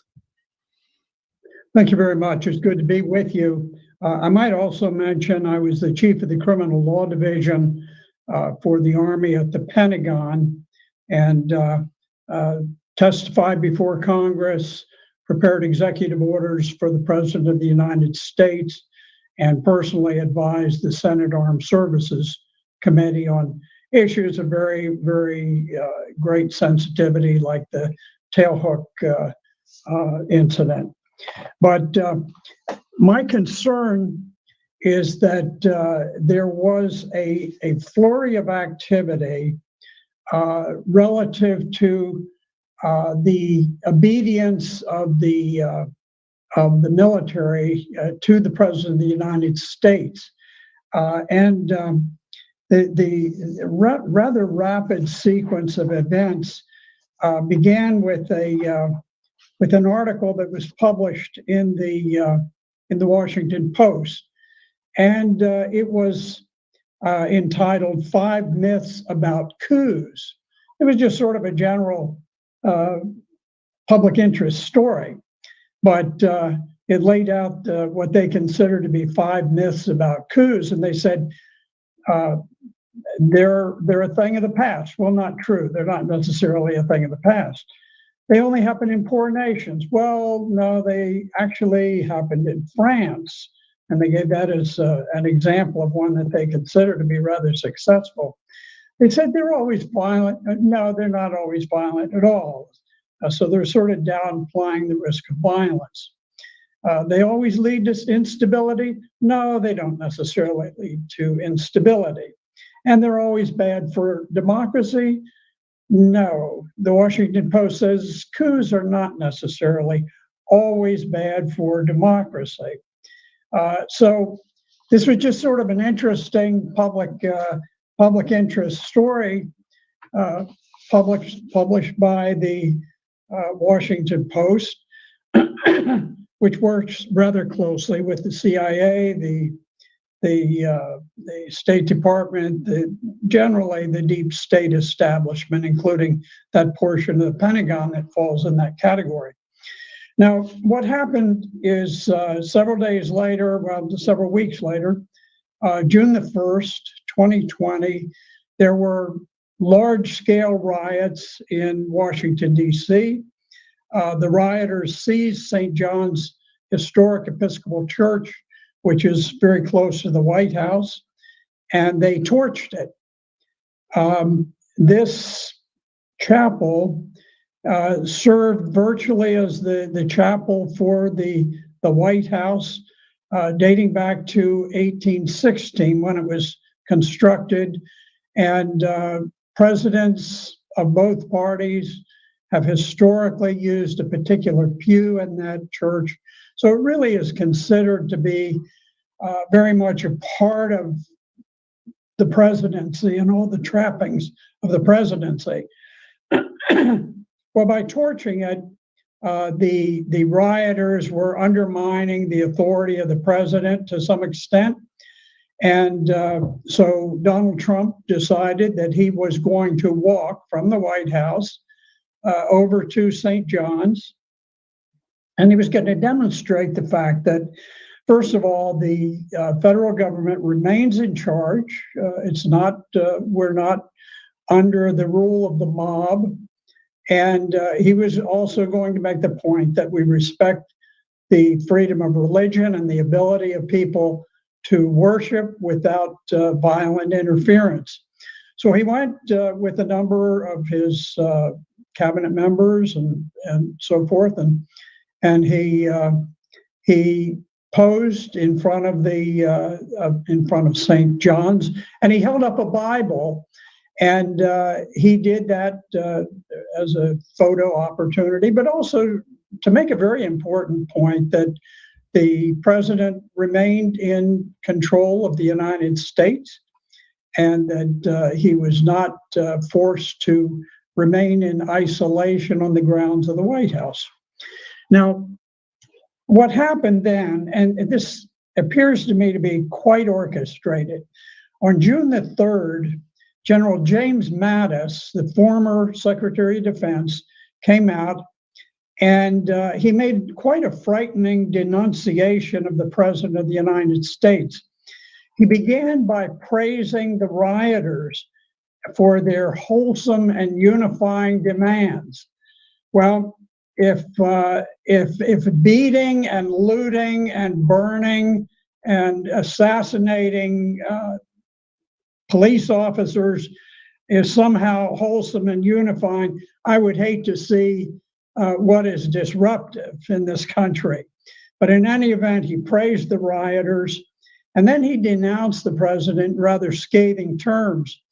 And he said, we're witnessing the consequences of 3 years without mature leadership. Then he said something that was rather disturbing. He made this comment. He said, we can unite without him, drawing on the strengths inherent in our civil society. So the question is exactly what did General James Mattis mean by saying we can unite without him? He was obviously not talking about the fact that we've got an election coming up and maybe he favored Biden over Trump, which is perfectly acceptable. He seemed to have been talking about something more fundamental and more disturbing than that. By coincidence, Bob Woodward announced his upcoming book entitled Rage.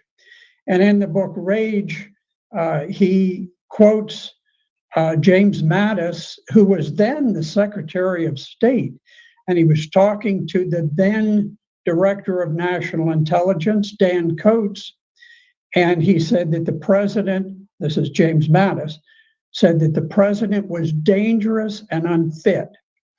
And he went on to say there may come a time when we have to take collective action against Trump. Again, that does not sound to me like he's talking about we all need to go out and vote for Trump's opponent. We need to get a new president. That sounds to me like he's talking about some more direct action, which certainly is impermissible.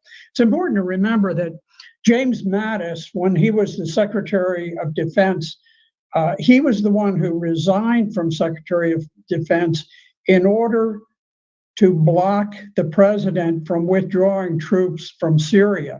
And he was very successful in doing that. He created turbulence in the chain of command.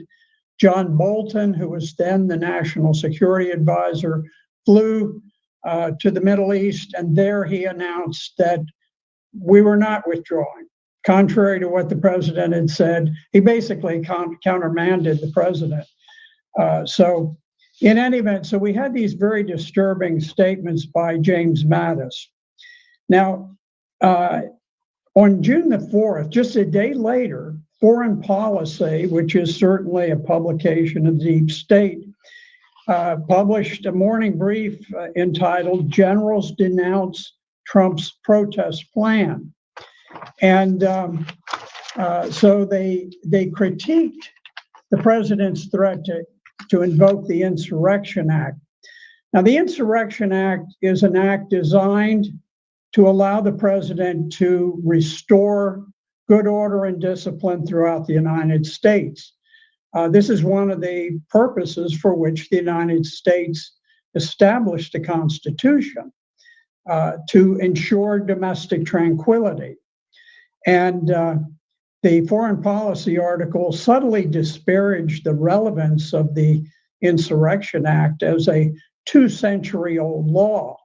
But the fact is that that law has been invoked 22 times since it was first used in 1808, and it was last used in 1992. And at that time, I was involved very much in putting down the riots that occurred in Los Angeles. So it was a very viable thing. Now, the source of support for the Insurrection Act comes from two things. One is from federal statute. So there is an inherent duty in the president to maintain domestic tranquility. And so these are two separate sources of authority for calling into effect the use of federal troops. And what was happening is that the generals had decided to conduct something that was orchestrated to undermine the president's ability to use the Insurrection Act or something similar to it, his inherent powers to put down the riots that were raging across the United States at that time. Now, during the week of June the 7th, just very closely after General Mattis came out against the president, General Colin Powell led a large group of retired military officers and Pentagon officials in blasting the commander-in-chief. Some of them used quite scathing language. For example, there was a retired Marine Corps General, John Allen, who very arrogantly claimed Donald Trump isn't religious, he has no need of religion, and he doesn't care about the devout except insofar as they serve his political needs. Well, there were quite a number of generals who came out and who made these personally scathing remarks. And I'll just mention that under the Uniform Code of Military Justice, retired military officers are accountable for using contemptuous words against the president. Now, they can disagree with the president's policy. There's no problem with that. They can say that they intend to vote for somebody else because they think he's better. No problem. But when they use statements that are personally contemptuous, those are criminal offenses under Article 88 of the Uniform Code of Military Justice, which is law passed by Congress and signed by the president. And so I think the feeling was that if enough of them did it, that there would sort of be safety in numbers, that they could get away with it. And many of these were quite scathing and quite personal in nature. Now, Colin Powell led the charge of all of these people. It's important to remember that Colin Powell is the man who notoriously held up a test tube of simulated sarin gas and deceptively told the United Nations that Iraq was going to unleash sarin gas on the world, which of course was false. It was a lie. I believe he knew that it was a lie at the time he said so. And as a result, a couple of million people in Iraq, innocent people, have been killed. The Christian community has been almost driven out of Iraq. Thank you very much, Colin Powell. Now, the whole movement begins to accelerate. And by August the 11th, Defense One, which is a very, very prominent online military publication with advertisers such as Raytheon and Boeing, very, very respected companies, they published an open letter by two retired lieutenant colonels, John Nagel and Paul Yingling, and it was addressed to General Mark Milley, chairman of the Joint Chiefs of Staff. And they urged Mark Milley to employ military force to remove the president if he did not leave office on January the 20th. And they wrote, if Donald Trump refuses to leave office at the expiration of his constitutional term, the United States military must remove him by force, and you must give that order. Now, you might think, okay, here we've got a couple of retired lieutenant colonels. Maybe they sat around with a bottle of bourbon and they drank too much and they did some bizarre thing and they sent a letter. Well, what is noteworthy is that that letter gets published in one of the most prominent publications dealing with defense matters. And I think that in itself was very disturbing. Now, obviously, retired military officers do not have the authority to urge the chairman of the Joint Chiefs of Staff to overthrow the government of the United States. And yet there was not a whisper of it from the Pentagon. The Pentagon, General Milley said nothing about it. Mark Esper, the Secretary of Defense, said nothing about it. It was just as though, well, all right, we got somebody calling for the overthrow of the government. And so that was quite disturbing. August the 18th. Now, all of these things, they're going in sequence rather rapidly. August the 18th, Defense One published an article by Thomas Crosby entitled 6 Scenarios for Military Intervention. And they discussed rather implausible scenarios. And he said, well, coups are nasty things, but we kind of need to discuss them. And he says, facing these scenarios may help us understand the real dynamics that general and flag officers will be forced to navigate in the coming months. In other words, he was saying that our top military brass needed to contemplate the need to oust the President of the United States. Now, fortunately, the Schiller Institute took the lead, and we got 600,000 hits, and I think we put some pressure on the Pentagon. Mark Milley came out, and at long last, he did say that, almost parroting what I have said, which is that the U.S. military has no role whatsoever in the selection of the President of the United States and in resolving any dispute about the military, rather about the selection of the President. So I think we have dodged a bullet with the Pentagon.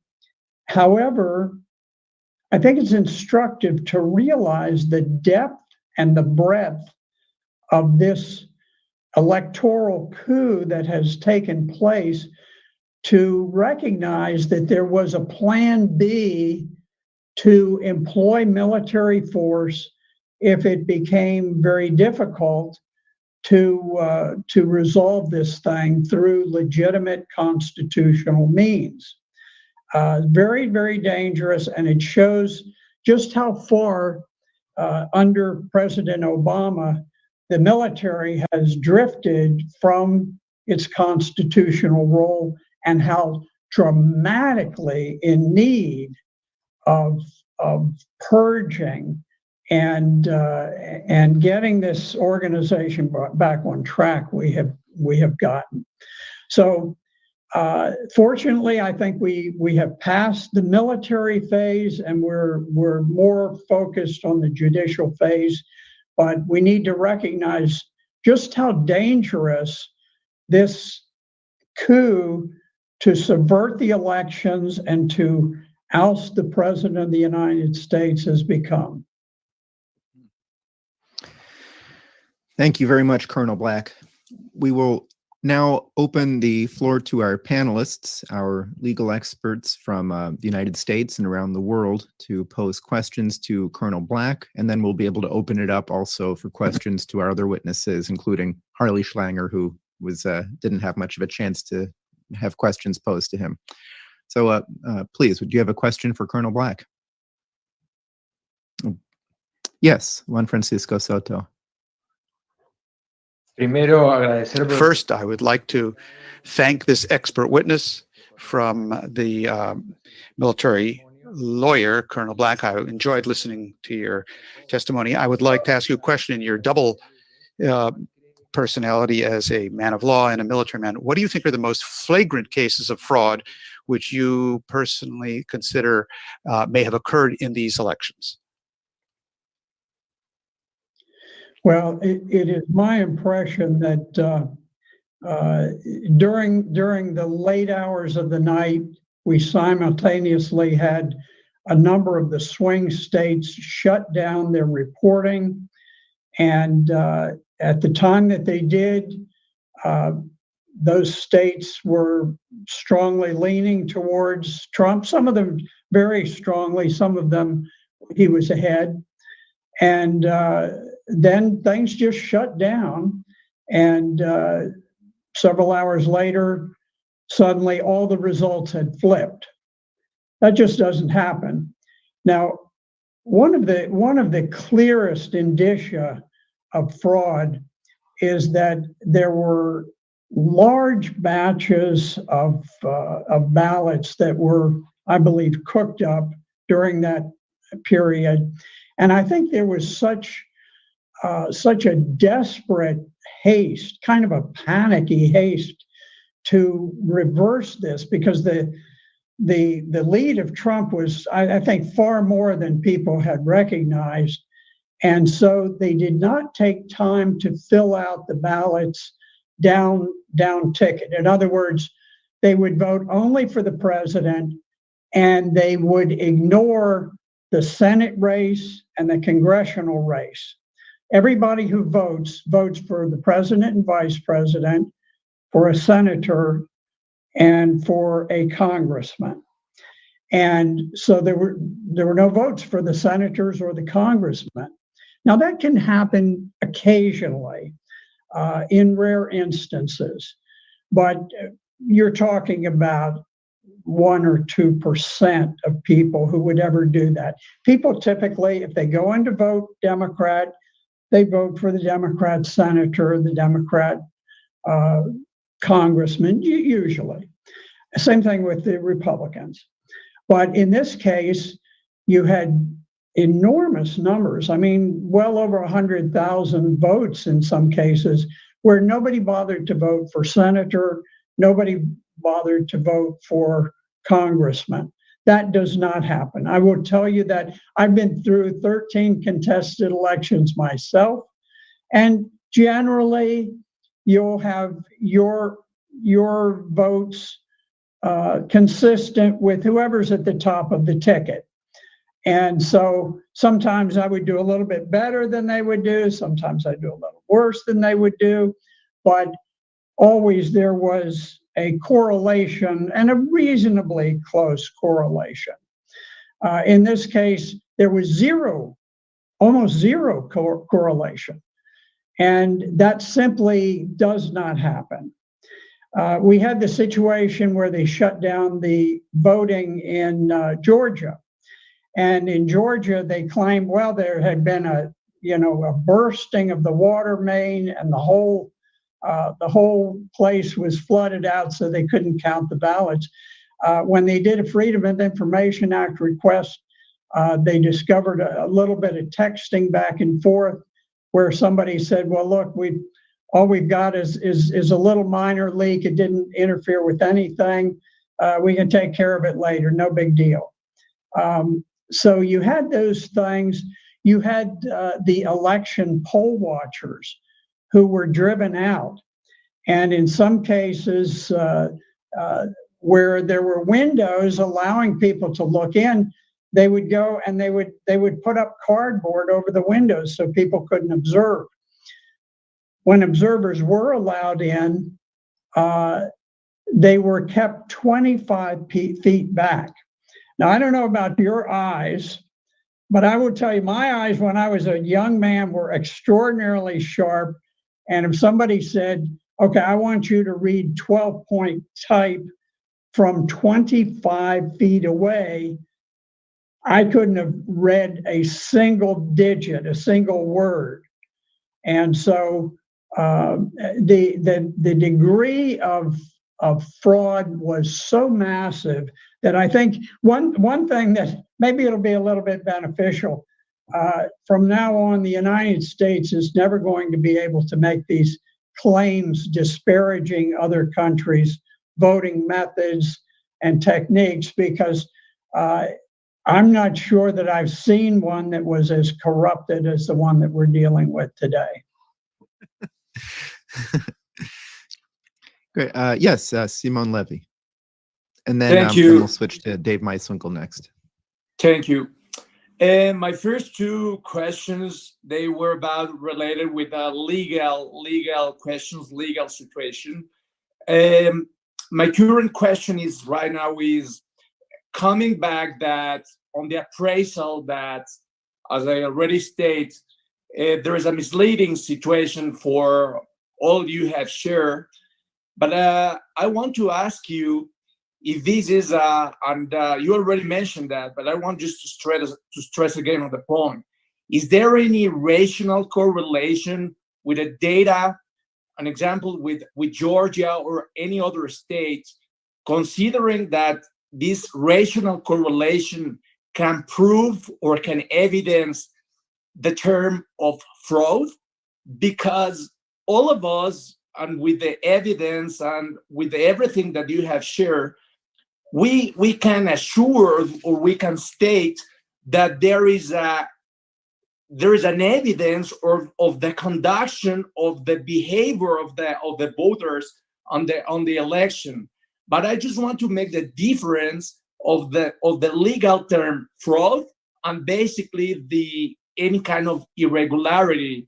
So that's why my question is going with the statement for the numbers, for the figures, for the rational correlation that they can evidence the name or the word or the term fraud.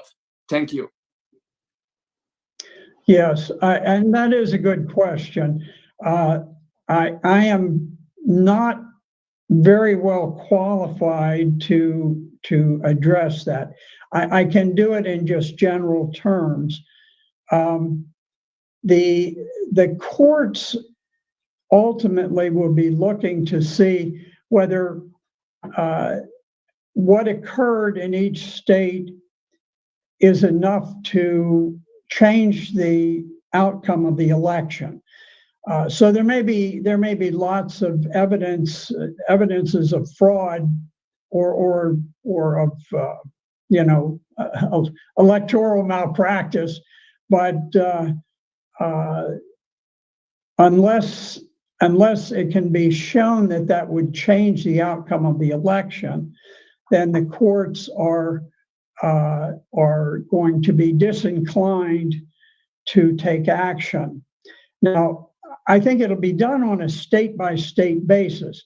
For example, in Pennsylvania, we just had a ruling where it's a preliminary injunction and it's a preliminary ruling, but part of the preliminary injunction requires a finding that it looks like the plaintiffs will succeed on the merits once the case is heard. And this particular judge has said that it does appear as though unconstitutional methods were used in the Pennsylvania vote. And so there seems to be a reasonable possibility that the votes of Pennsylvania will be thrown out. In some cases, such as Arizona, you have a very, very close election, and it may just be that individual cases might just flip it one way or the other. But the real question, I think what you're getting at, is whether some of these really massive cases of fraud, where logic and common sense tell you that it's fraudulent, will that proof be accepted by the Supreme Court or by lower courts to throw out an election? I can't tell you that for certain. I do know, for example, that there is evidence that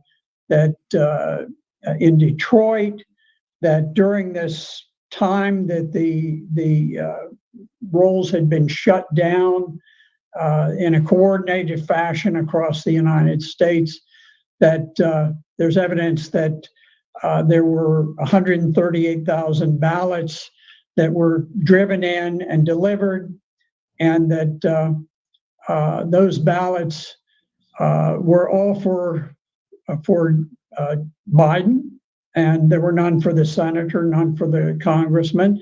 Logic would tell you that can't happen. That's impossible.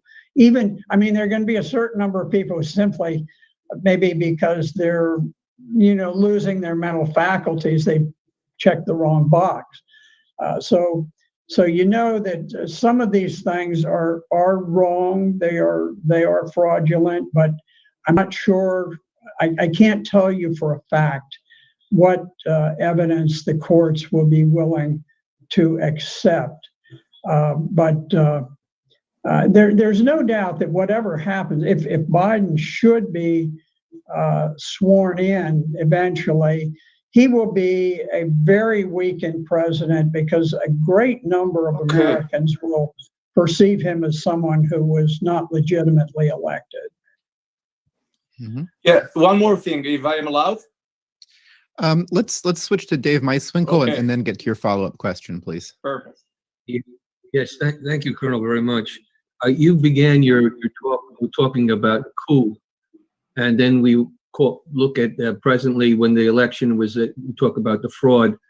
Talking about the coup, you mentioned the media. Could you just go into that a little bit, the media, and take that back to George Soros and the Antifa and the causing of the disturbances throughout the summer in this country, and how that was perhaps some preparation for what we're experiencing as a result of the election? Yes, it is very interesting. Now, think about it. When the election was held, it was as though the Democratic Party turned a faucet.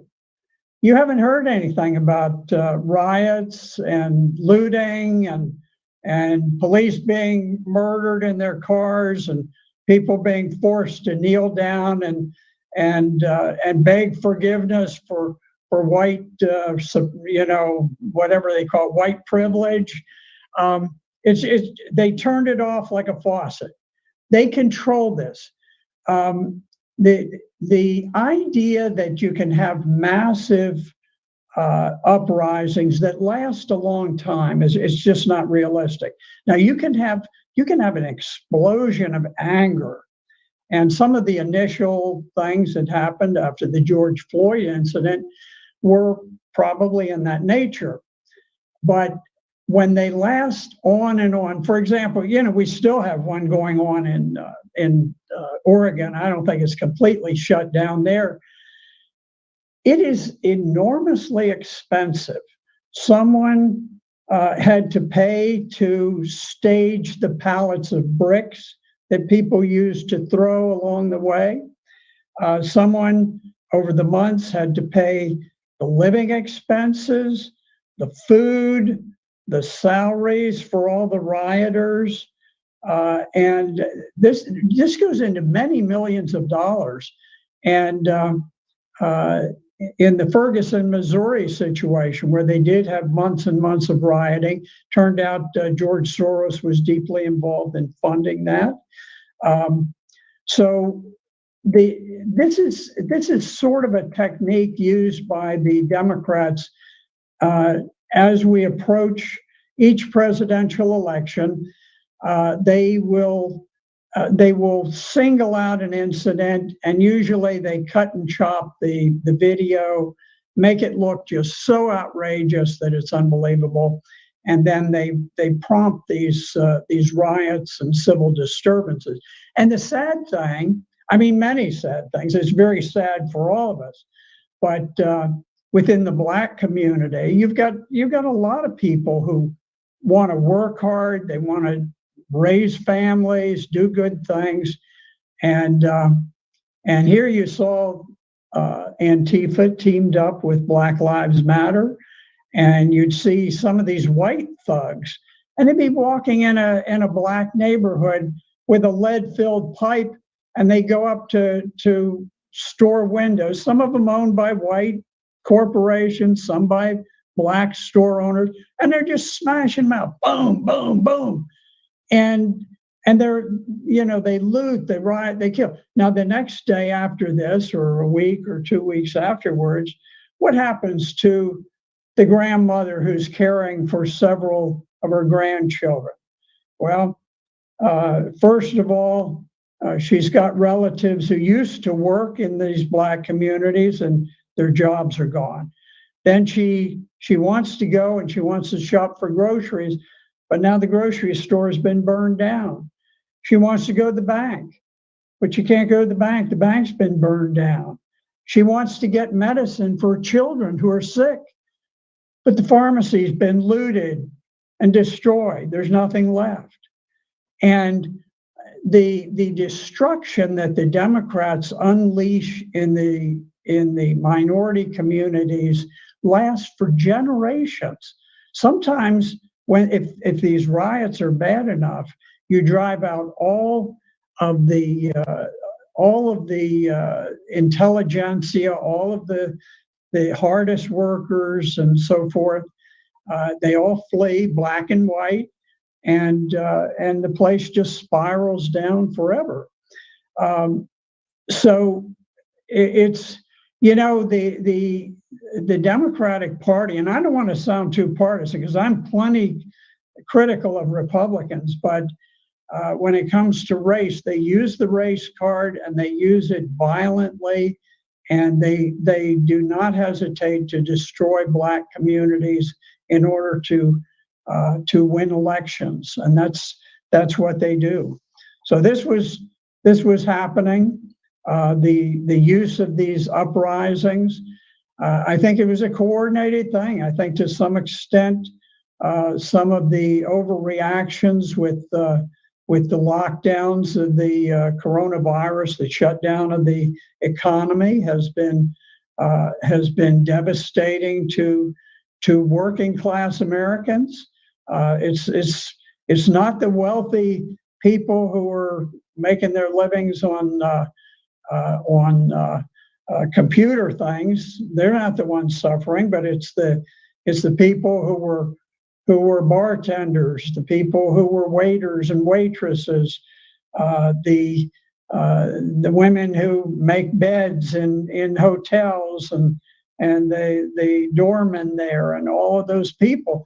It's ordinary working class people who the Democratic Party has just said, we could care less whether these people live or die. We don't care whether their home values are driven to zero. We don't care whether crime just spreads like wildfire in their communities. We want to win elections, and nobody is going to stand in our way.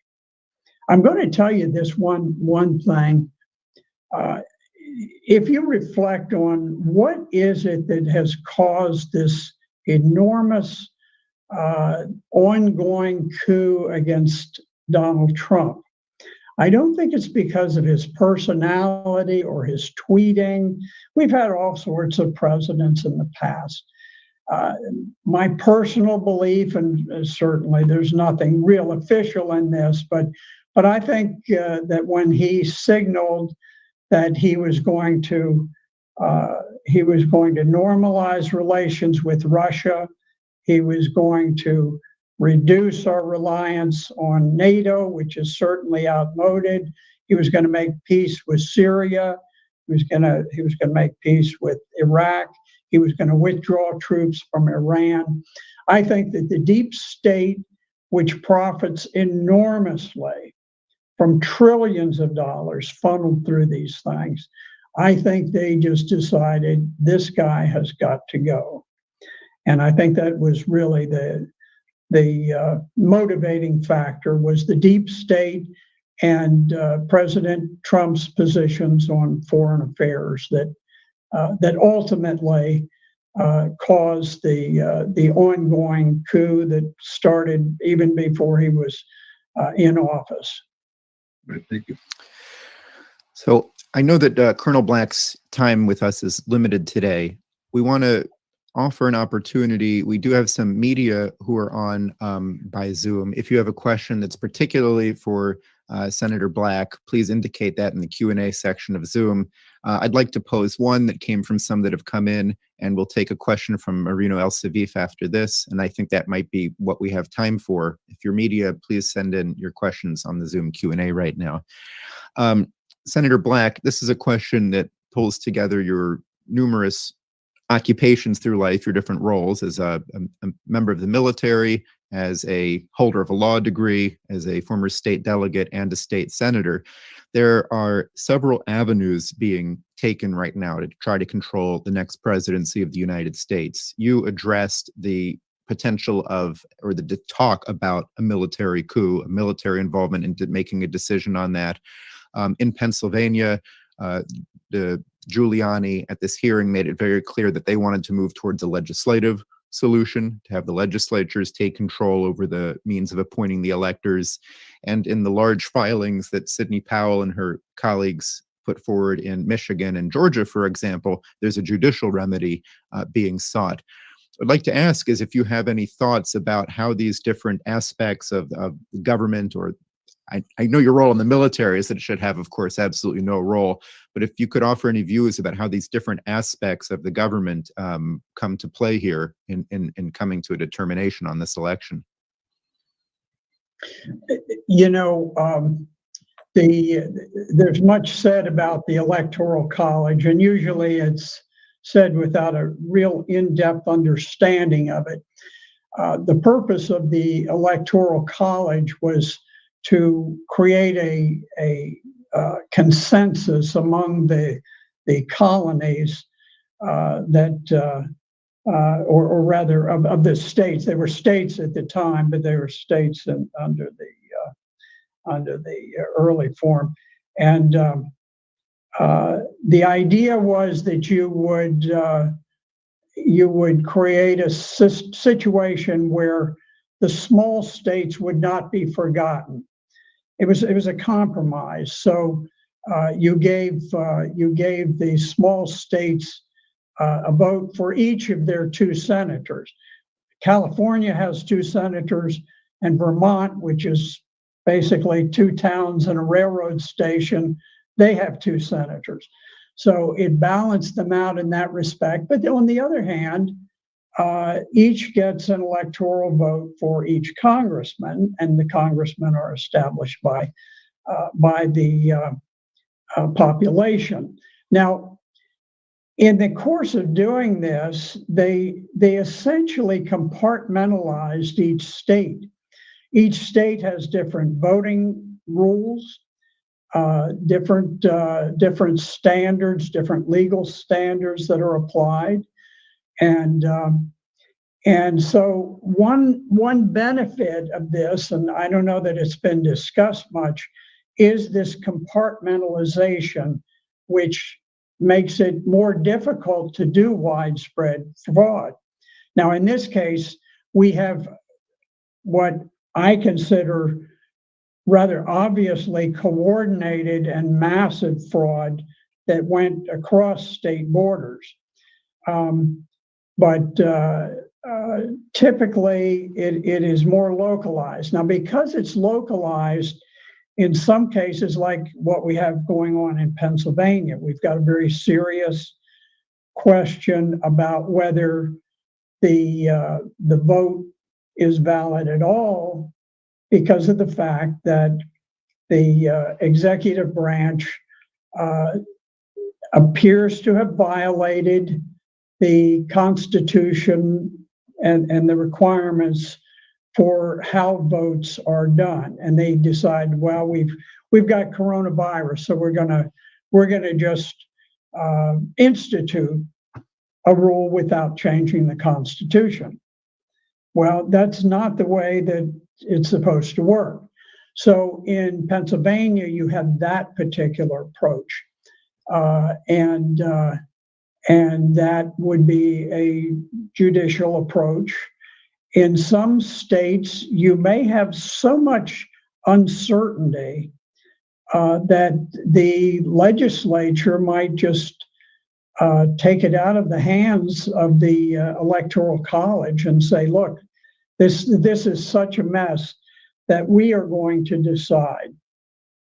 And we're going to set up a mechanism to decide. So you've got all of these different methods, and this is what makes it very complex, and it's one of the impediments to having some ultimate decision by the U.S. Supreme Court. Now, back during the Bush-Gore race years ago, the Supreme Court was able to focus on the state of Florida, a particular part of Florida, and a question of how they voted, the hanging chads and so forth. They actually had physical evidence. It wasn't just numbers run through a computer which we have now, which, I mean, to me, there should never be a computer used for an election again. There should never be a mail-in ballot used again.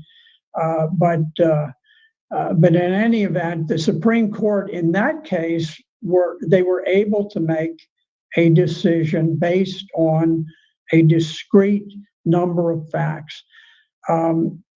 This situation, and I don't even know that there were many allegations of fraud in the Gore-Bush election. I think it was more a question of how should things be counted. But in this case, we're talking about hundreds of thousands at the low end and millions at the high end of votes that were stolen. And so it's going to be very awkward for the Supreme Court to come in and sort all that out and to do it in a way that's satisfactory to both Democrats and Republicans. Because if you recall, the Democrats never accepted the Supreme Court's decision in Gore versus Bush. And this will be perhaps much more contentious than that one was. Thank you. We will, I know that we're going to come to Marino El-Savif in a moment, but this is a period where we do have a chance to take some questions from media, so we'll be interspersing those with questions from the panelists. Also, we're opening this up now to all of the witnesses that we have. So Bill Binney, Harley Schlanger, Benny Smith, if he is still on, Colonel Black, are all available to answer questions. We'll turn next to Daniel Marmolejo, who runs a popular YouTube program. Daniel Marmolejo, please turn on your video and pose your question.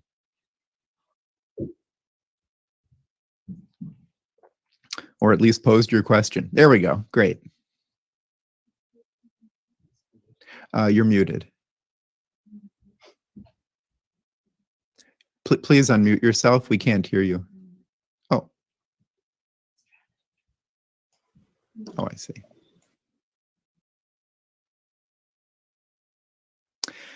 Not hearing anything in English right now. The interpreter is not hearing anything in Spanish either. Mm-hmm. Okay. All right. So I think I'm going to let's just wait 5 more seconds to see if we get it resolved, and then we'll have to come back. Okay, let's turn to we'll come back to Daniel Marmolejo in a moment. Marino El-Savif, would you please pose your question? Muy bien, gracias, Coronel Black.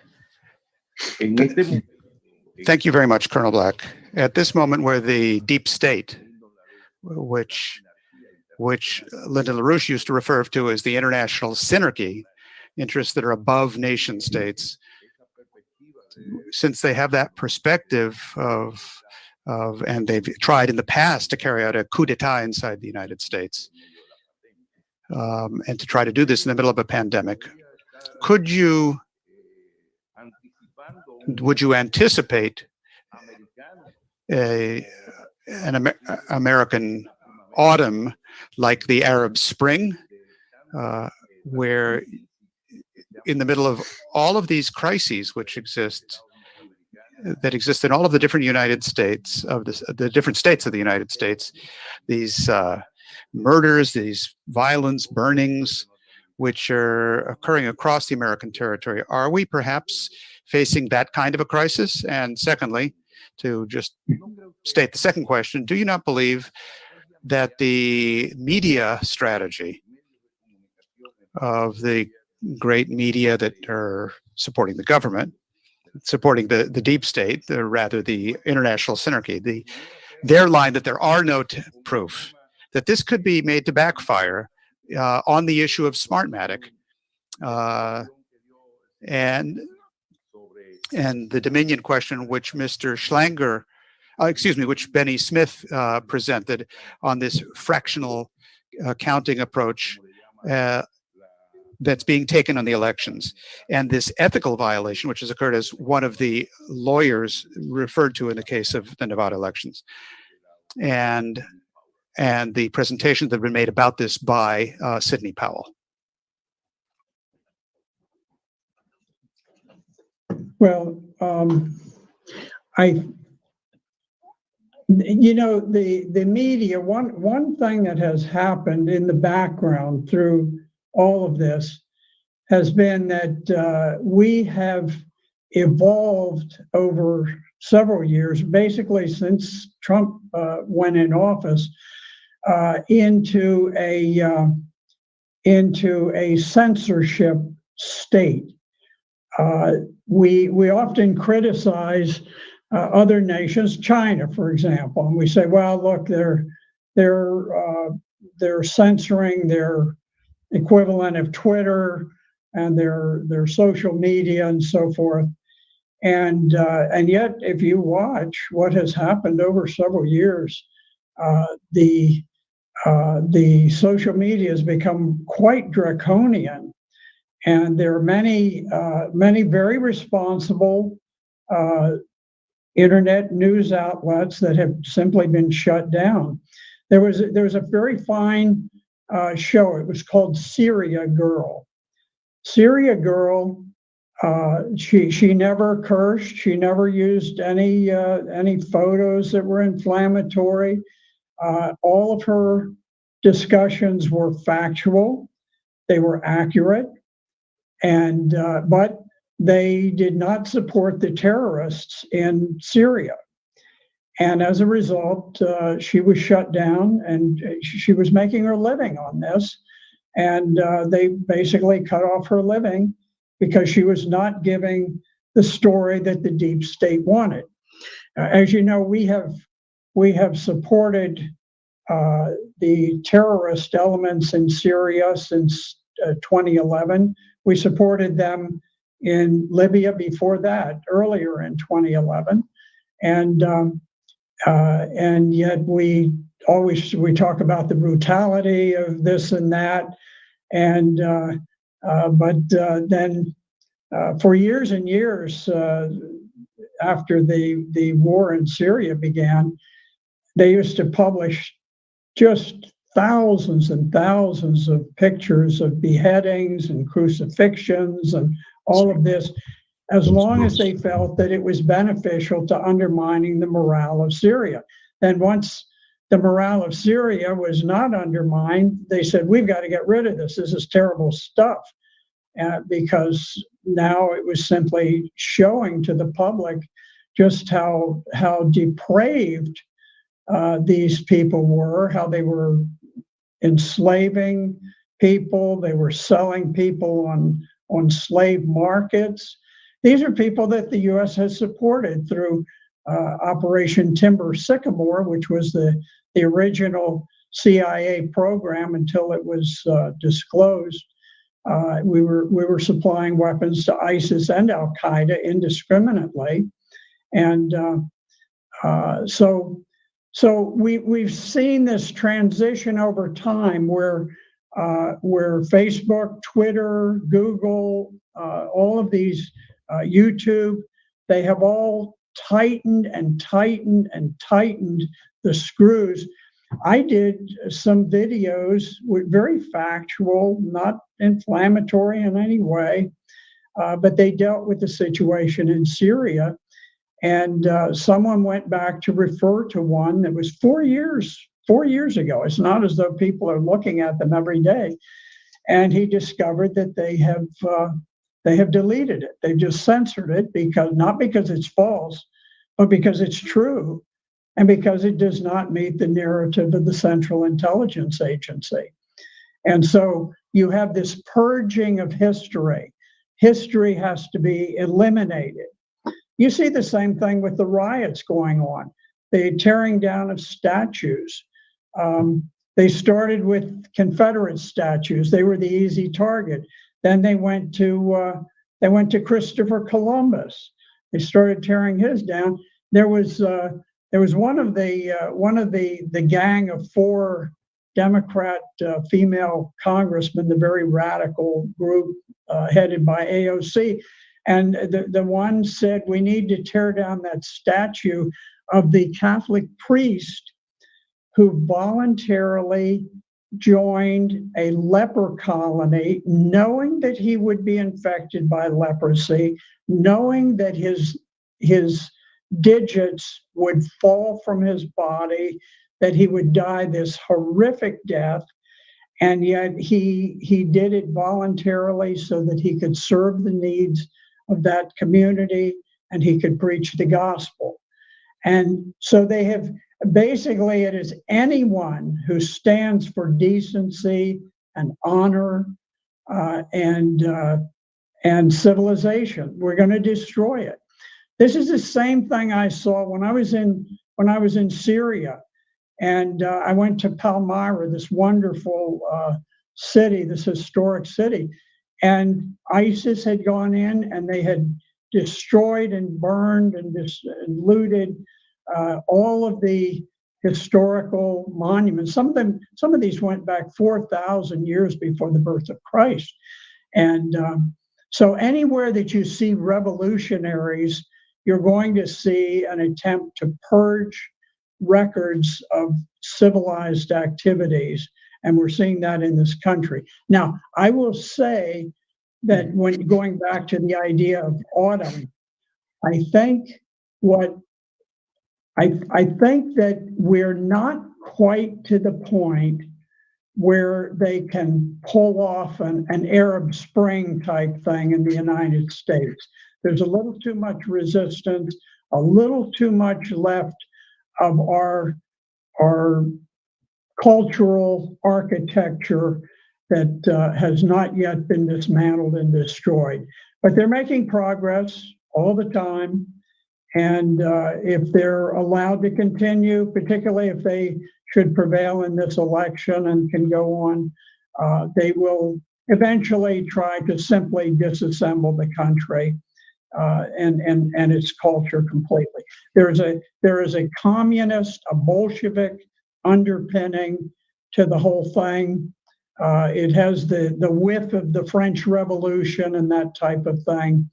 And that is ultimately where they are headed. Thank you very much, Colonel Black. Thank you for your time you were able to spend with us today. We know you have another engagement to attend to, and we'd like to thank you. Thank you for being with us. Well, thank you very much. I've enjoyed being with you, and thank you for putting this on. It's very timely and necessary. Thank you.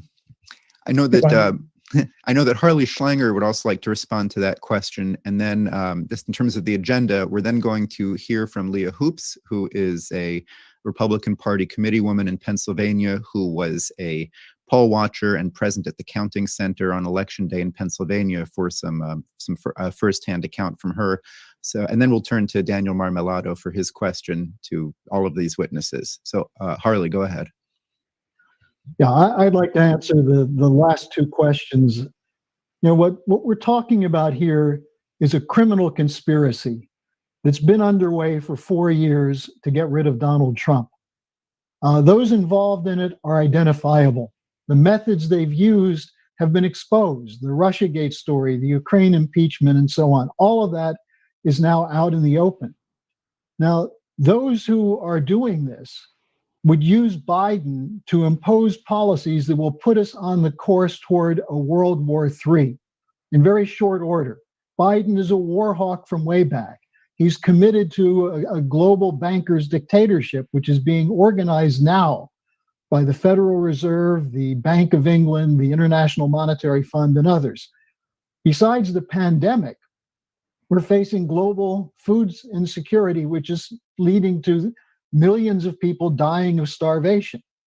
So this vote fraud took place in a context that I tried to present in my presentation to make clear that this was something that was organized by people who could do it on behalf of policies that are anti-American, anti-human, and go against the interests of everyone on the planet.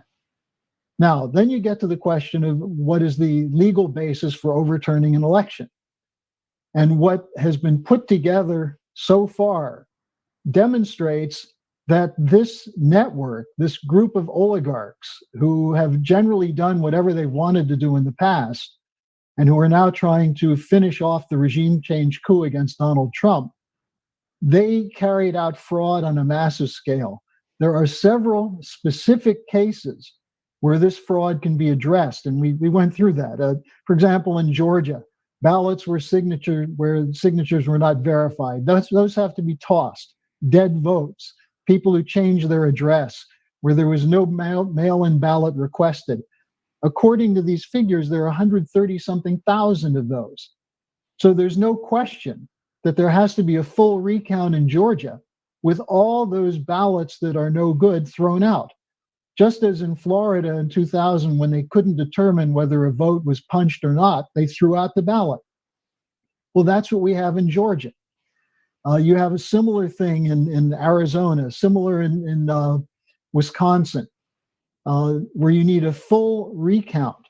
Now, furthermore, let's go one step further, because we're not just talking about an outcome of an election, we're talking about the future of the human race. It's incumbent upon President Trump now to use the time where he's still in office. Now, that's assuming that we don't overturn the vote fraud, but I think we have to. But he has things he can do. He's already cleaning out the Defense Department of the war hawks. He's got to go further. He's got to insist that if Barr will not release the documents, the fully redacted documents, the public documents that show the fraud committed, the criminal conspiracy underway, he's got to get an attorney general who will do that. There has to be a full disclosure of all these things, including getting into the files of the FBI, the CIA, and the NSA, where you might be able to determine that fraud was carried out. And I'd like to just ask Bill, if backdoors were used in computers as part of the fraud, is that something that's traceable?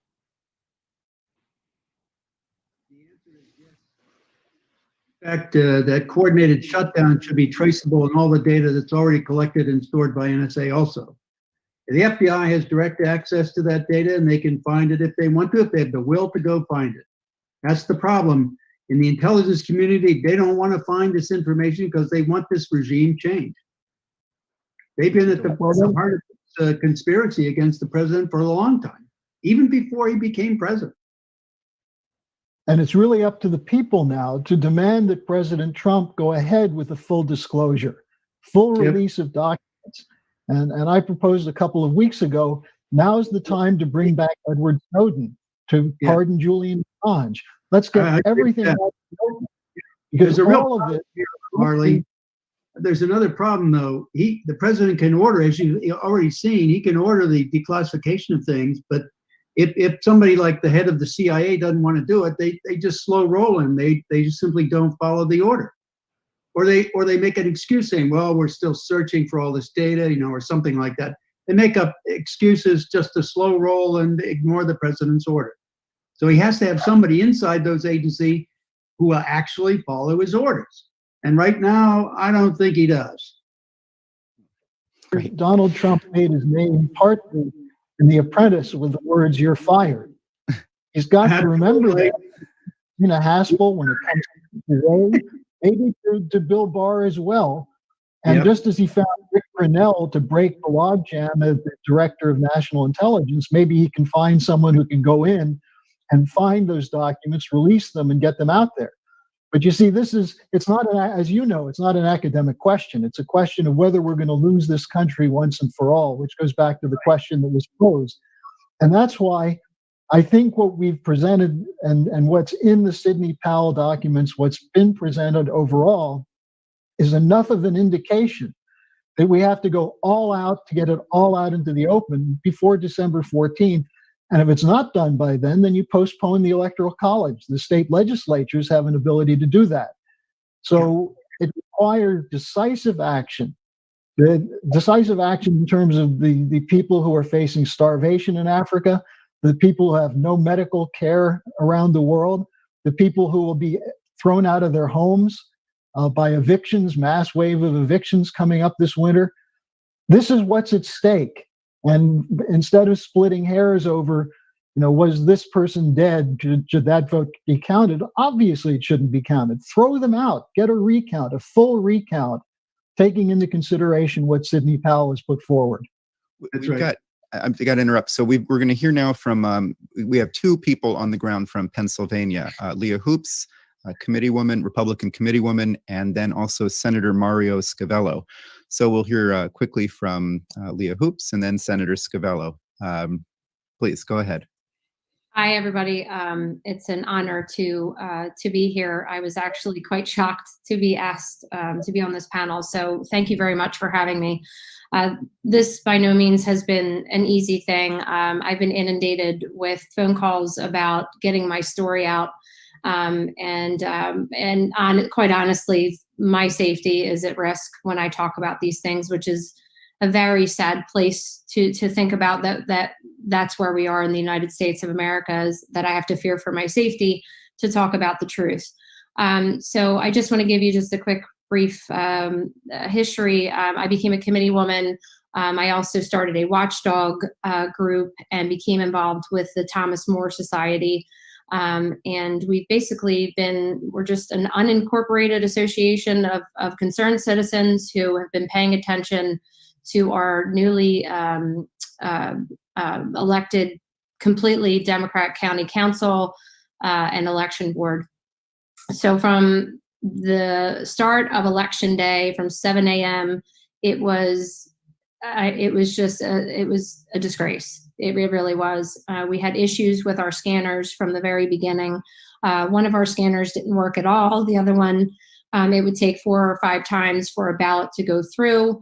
We actually couldn't get a hold of our county to rectify the situation for hours. And then by the time that someone came in, it was the voting machine warehouse supervisor, who also happens to be a Bernie Sanders delegate, who is a complete radical, came in, did not rectify the situation, and just told us that the ballots and their barcodes were deformed.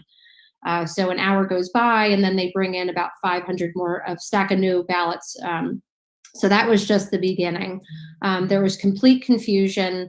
We had our Supreme Court, or Pennsylvania Supreme Court, make election laws and extended for 3 days. It just caused mass confusion for a very long time. As to what I saw at the counting center, I had, I guess you would say, recruited some ex-military people to become poll watchers, and specifically one gentleman who had also testified at the Pennsylvania Senate hearing. He is a data forensic scientist, and he was a naval commander. He's very experienced in fraud. So once he got to the counting center on election night, he had called me and said that there is a back room in which there was no observation, and nobody was allowed back there. There was much resistance from the people that were there. So when he called me, I had contacted the Thomas More Society in order for us to get a lawyer down there. And then what ended up happening was we got an injunction, and it took about 2.5 days to actually get into that back room. Once we got back there, the injunction was actually a joke, to be quite honest, because it allowed five minutes every 2 hours. And I mean, we were set 20 feet back from, you couldn't even see a physical ballot. So it was they were like giving crumbs to the peasants. I mean, it was atrocious. What I did see that day, and just to give a bit of a positivity, is that Republicans and Democrat observers, we were all in agreement that there was something wrong with the fact that we were not allowed back into that room where pre-canvassing was transpiring. And so by the time we finally got back there, Greg had gotten into another room, which was it was a sealed off room where they were keeping the ballots. And this was 2 days after election night. So what he had seen was anywhere between, I think it was like 50 to 70,000 ballots that were unopened, despite that the count had already happened. There's a multitude of other issues that had transpired between missing logs that they were trying to kind of fill in information 2 weeks after the election happened. You had V drives that were missing from the scanners that they were trying to collect. You had, absent chain of custody. There was zero transparency, resistance. And then to top it all off, the Attorney General, Josh Shapiro, sent 2 special agents to Greg's house, to my house, and other observers, completely unannounced, in the middle of the day. And it was quite concerning. I didn't know if I was being investigated as the criminal or for someone who had already signed an affidavit into what I had witnessed. It was quite intimidating. So hopefully that kind of clears things up for everybody. It's been insane, to say the least. I'm quite disgusted at what I've witnessed. Thank you. And you were one of the people who testified at the hearing in Gettysburg on Wednesday. Is that right? Yes, it was actually quite an honor. This is very surreal to me, all that's transpiring. But to me, like I said in my testimony, it's not about party, it's about my country.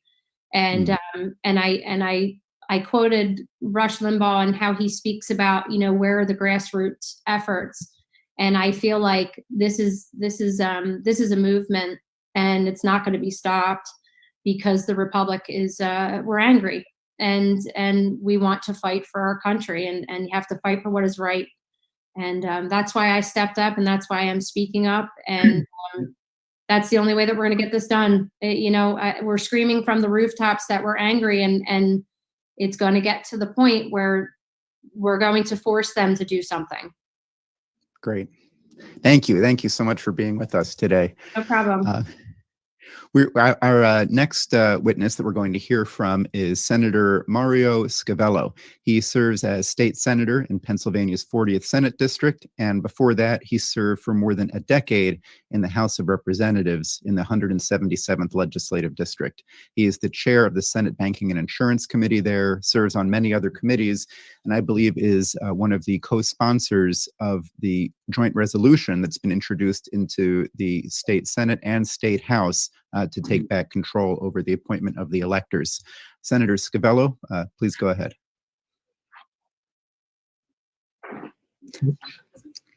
Muted. I believe you're muted, Senator. Could you check your microphone? Okay. Great. Yeah, okay. Thank you. I'm good. I'm fine now. Okay. By the way, glad to be here. Leah was spot on with what she said. We had numerous testifiers, and it was really an eye-opener. But when she said voting machines, I think it's so important to realize this, because this thing was planned. How does a governor decertify every voting machine in the state and forces these machines on every county? When the counties balked about it, what ended up happening was they didn't want to pay for them. So then the governor comes to us, and we said we don't have a problem with those machines. So he had to basically borrow money from an account to pay for the machines. And these are machines that and he said that the machines had to give a receipt. Well, I know many machines, especially in the Southeast, when you vote, you get a receipt, exactly what you voted for. These machines don't give you a receipt. Just start there. And then on the day after the election, a statewide official and a U.S. senator say that on the morning after the election, that Biden won. Now, they must have a crystal ball or something, because there was nothing, there's no way when there was like a 7-8 point difference going into it that Trump was up. So the other piece is, how does Philly, when Philly finishes, is basically when Pittsburgh started. Pittsburgh held off until Philly had their numbers. And if you really look at down ballots, this is the first time since 1956 that the Republicans won the Treasury and won the Auditor General's race. 1956. So if if Biden wins and the Attorney General wins by pretty close, about the same margins, what happened to the down ballot? Were those ballots just two people and put in? And I'm assuming that must have happened. And how do we get more ballots returned than sent out? That's the real scary one. How do we get more ballots returned than sent out? You know, I'm with Doug, and I think that we need to get to the bottom of this. And this is just what, you know, starting with those machines, you knew there was a problem. Why? And I believe some other states did the same thing. There was a Democratic governors meeting, about a handful of. They met with the Speaker of the House and a couple others out west somewhere. It was Las Vegas. I'm not sure where. About over a year ago, and I believe this is where all this started. And you know, I hope at some point the FBI, CIA, somebody needs to investigate this, because they just don't do everything together, which they have here. And my governor has been spending a lot of time in Delaware prior to Biden winning, and now is continuing to spend more time in Delaware because we don't see him in the state. I have a wolf watch on my Facebook. Where is the governor? He's not in the Capitol. I'd gladly take any questions if you have any. Wonderful. We have a panel of a few other people who are here asking questions. I think we're going to bring them on. Sure. Raise your hand. Okay, so yeah, David Meiswinkle, he's an attorney in New Jersey. And then Juan Francisco Soto, if you have time to take two questions. Let's keep them brief if we can. Yes, Senator. Thank you very much. Was curious as to the voting machines that you just had installed in Pennsylvania. Is this the first election for those voting machines that you didn't need? I should have said that. You're right.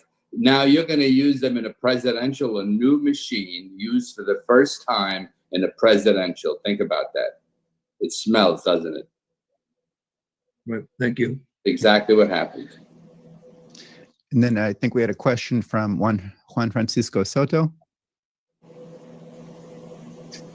Quería preguntar cuál. Yes, I wanted to ask, what is the state agency responsible for administering the elections?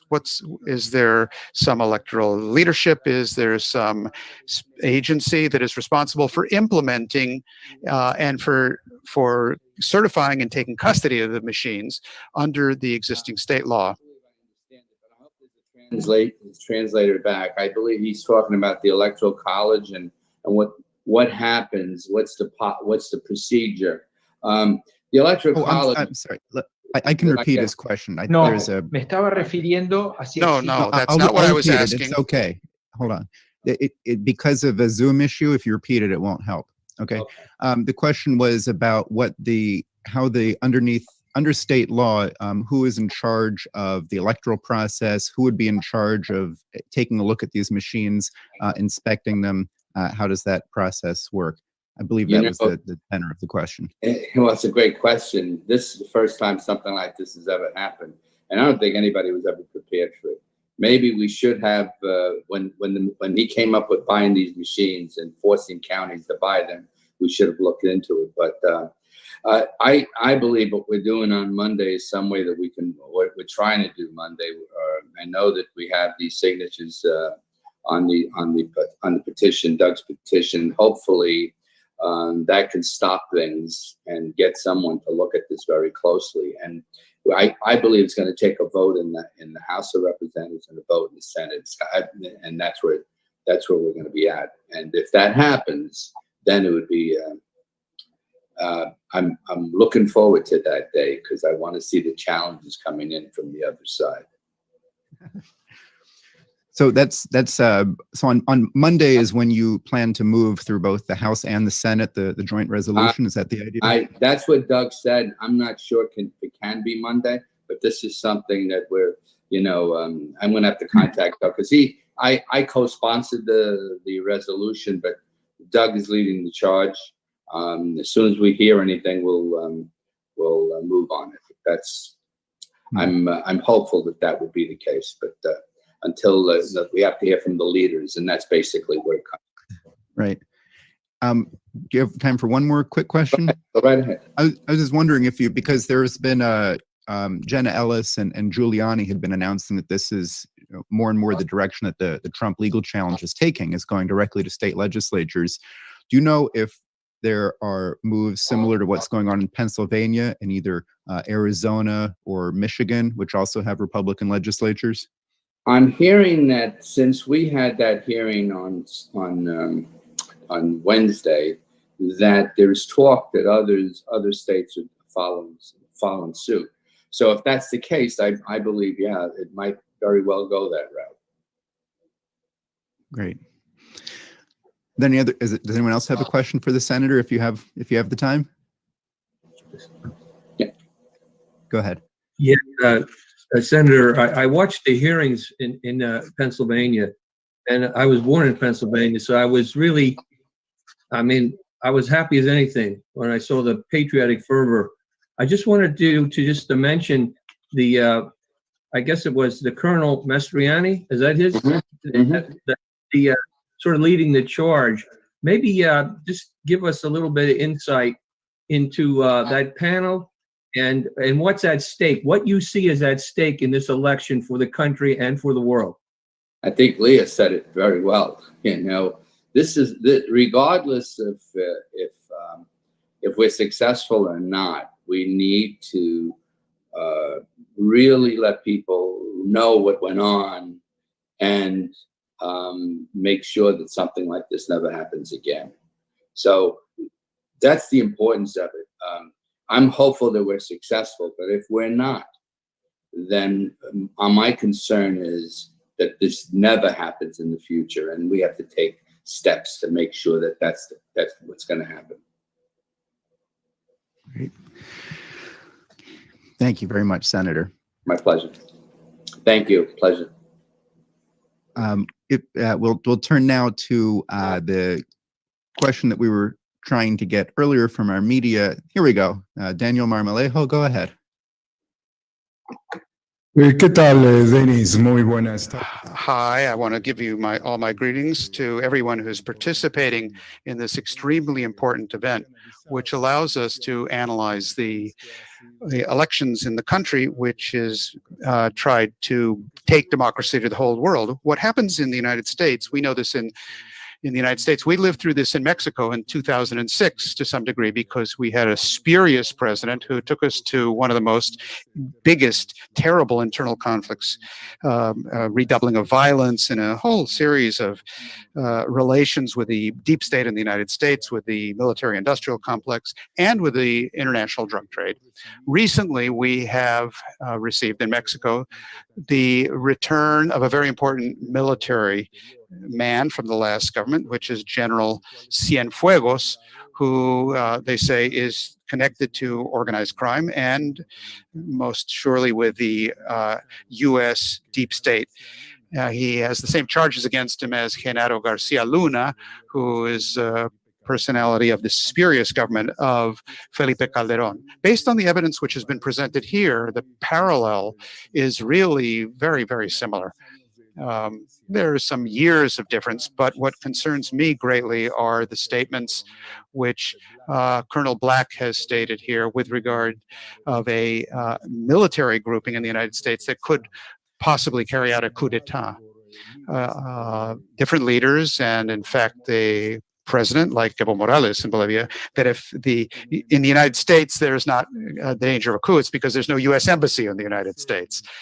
I would also like to express my solidarity and that of the people of Mexico for Leah Hobbs and for the situation she's having to endure. What I want to know is if there is within the American population to achieve this, to find something along the lines of universal truth, and if justice in the United States, the justice system could be an example not only for the United States, but for the world, so that they would be able to actually look into all of the details to make sure that this is a judicially viable election, to make sure they would not have a spurious president as we did in Mexico. This is directed to anyone who would care to respond.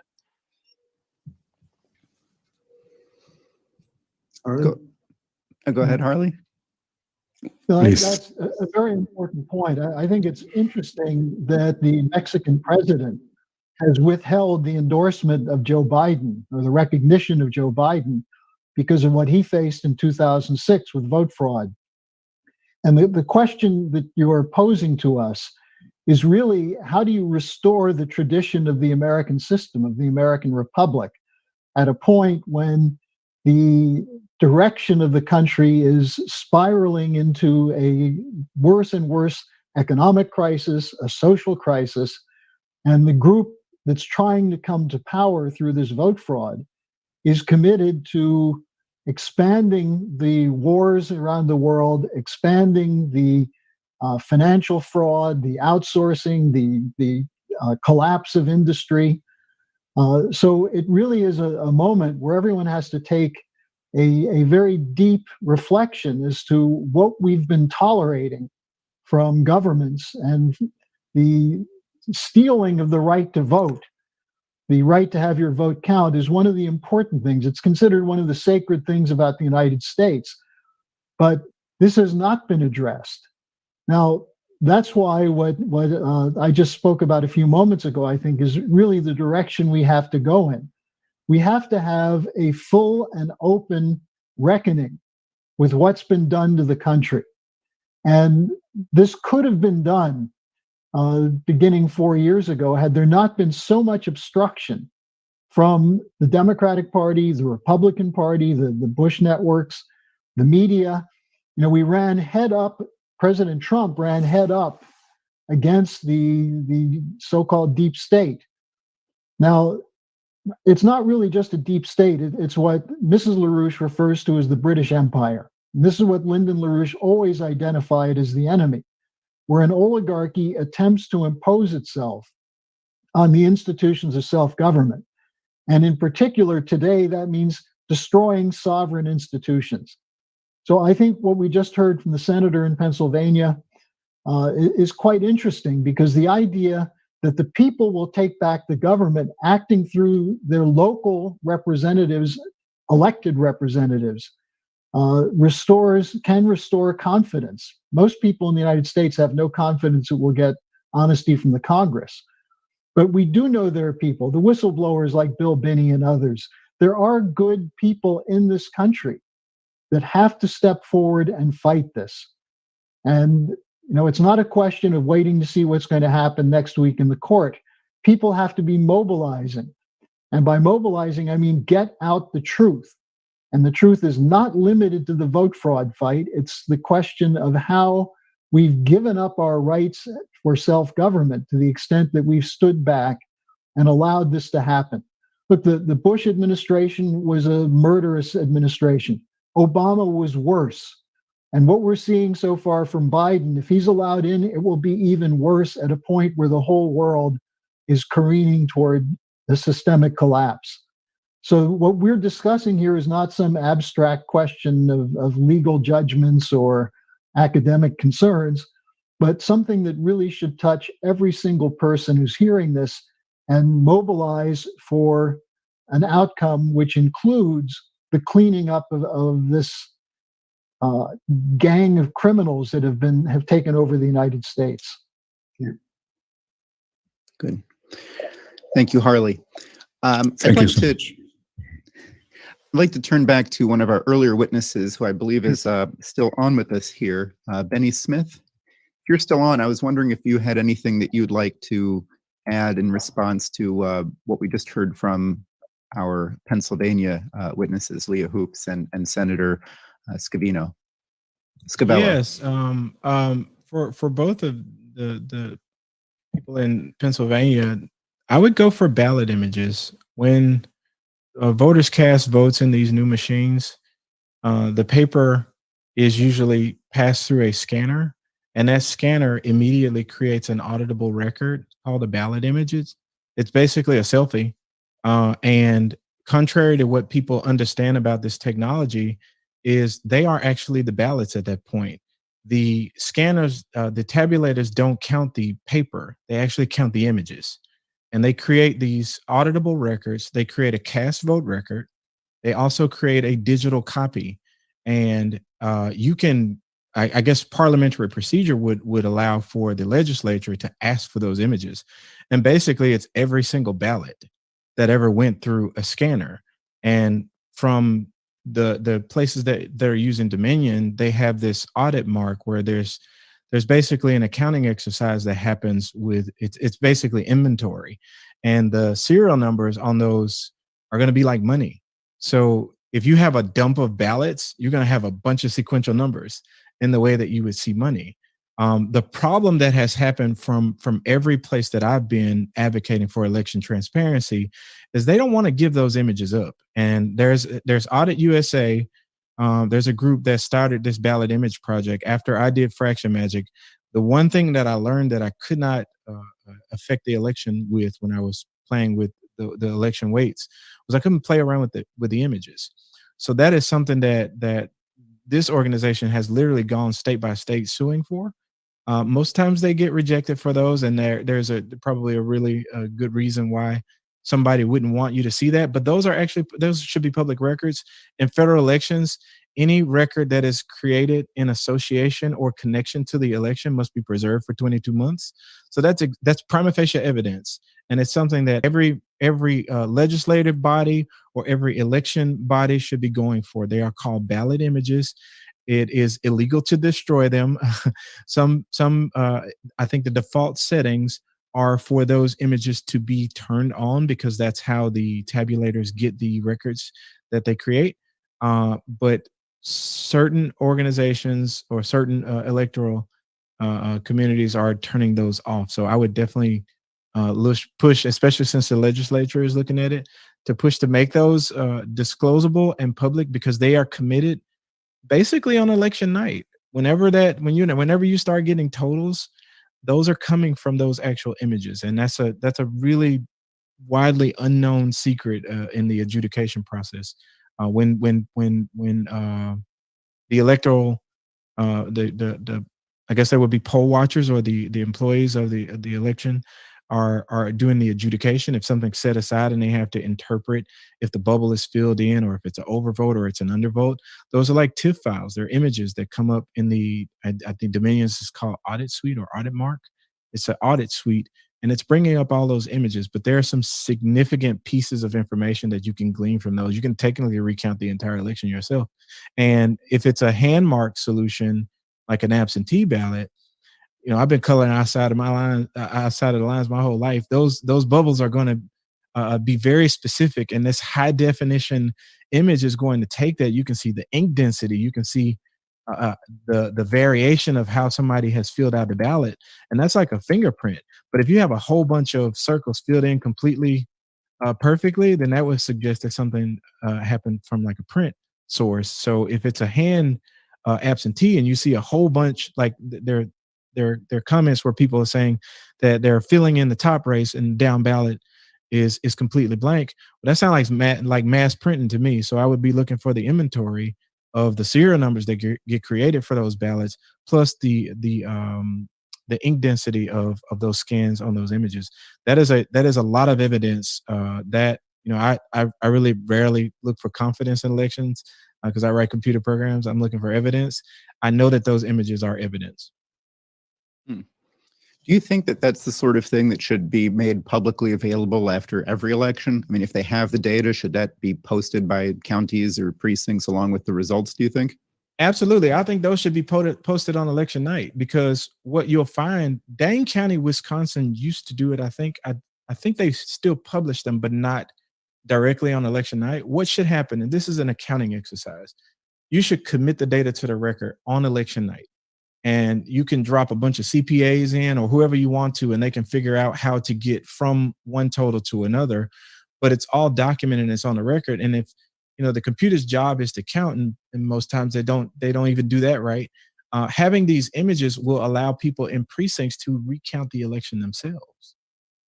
So you don't have to. There's something that's always in conflict, right? You have these two P's that just fight with each other, and that's public dollars and public information backed up by proprietary software. So the public is paying for this election equipment, and when we want to see or adjudicate or or look at what we pay for with these public dollars, then we are met with proprietary software and proprietary hardware, and we're told we're not able to see this. And this is the primary defect in elections that are conducted by computers, by private companies, is the fact that they hold the right to say that this information is private. However, these images are not a part of that.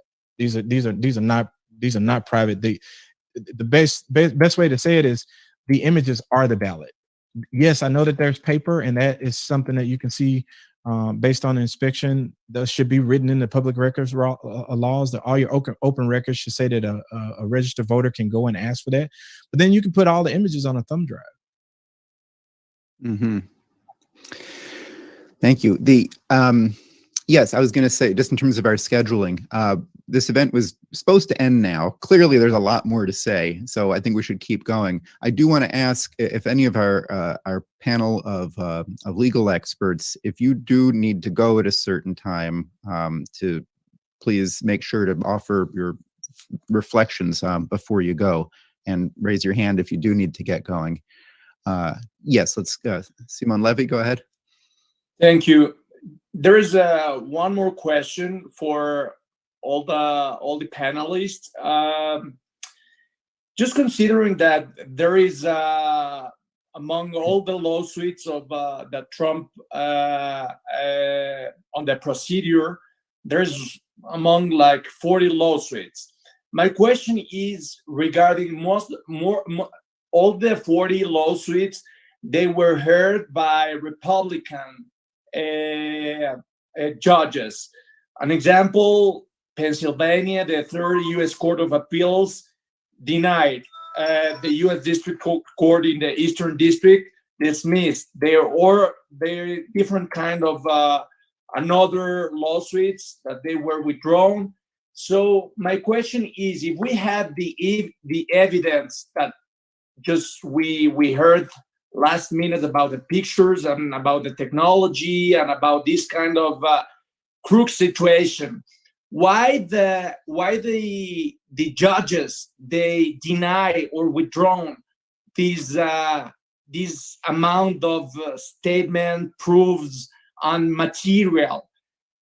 Can we consider that it's not merely a situation between the Republicans or the Democratic Party? Can we consider that there is a big crisis among all the democratic system in U.S.? Exactly right. Yeah, I would say absolutely, because that even goes back to when they started spying on everybody in the United States and everybody in the world. That was the whole idea. Now, the whole thing is to subvert and control the population of the United States and the world. So, this is just a continuation of it in a different domain. That's all. Okay, thank you. I would like to say something on that also, because we're ultimately looking at this as a strictly legal question. What will a judge do? And very often judges look for the way out, the easiest way out, and just say, well, you haven't proved that the election should be overturned, that there was enough fraud. Whereas an honest judge would say, let's look into this further. We saw this with the cases of Russiagate against General Flynn and against Roger Stone, where there was no evidence. They admitted afterwards that there was no evidence. In fact, the evidence that they presented was a fraud. So why did the judges go along with that?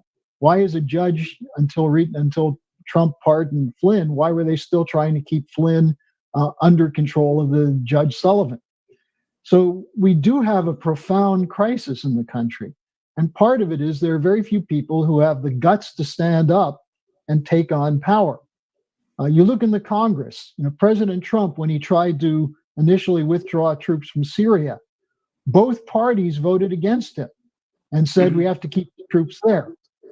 So we have an absolutely profound crisis in the United States, but it's also worldwide, because the system we live in is collapsing.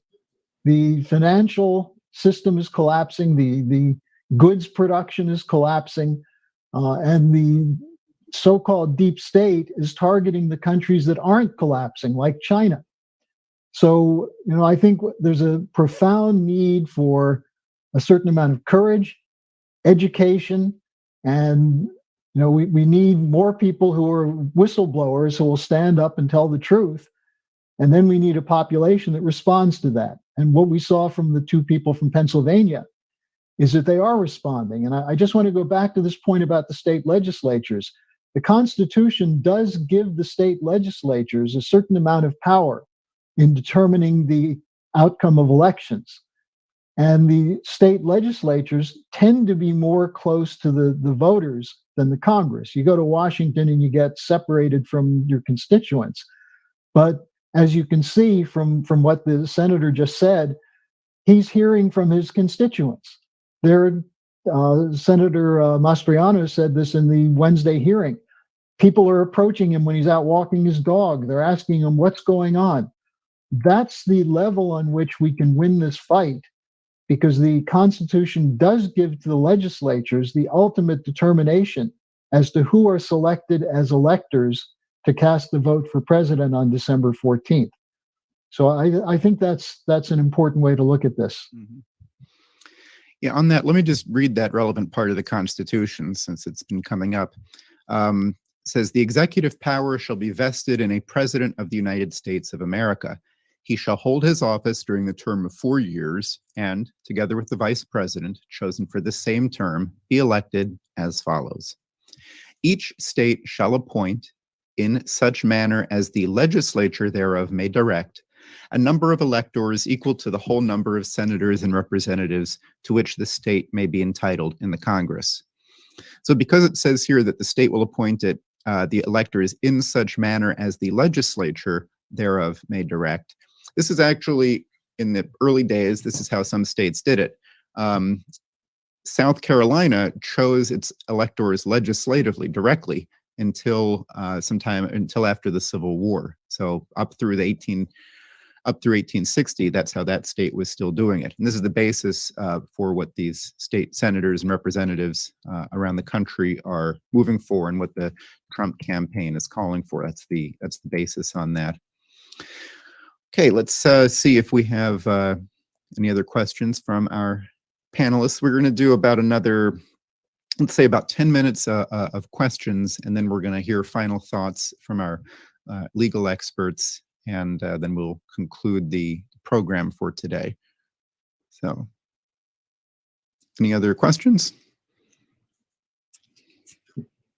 Okay.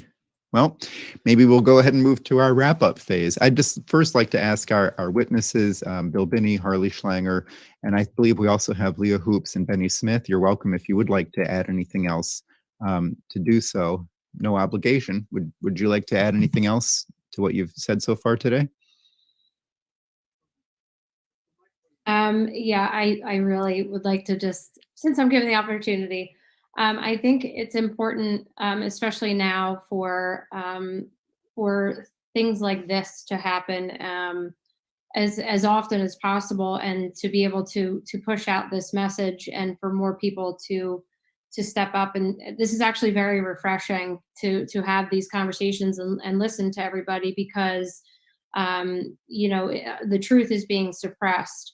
I'm very fearful that at this point in our country, that the propaganda has taken over, and you have a bunch of Americans who are very comfortable in their ignorance, who are afraid to speak up, or they just don't understand what their freedoms are. They don't feel that they have a right to speak up, or whatever it may be. But I truly feel like just at this point, we're on the precipice of a revolution, and I'm happy to be on the right side of that, and I'm hopeful that this message that you guys have today really gets pushed out as much as possible, because it's super important.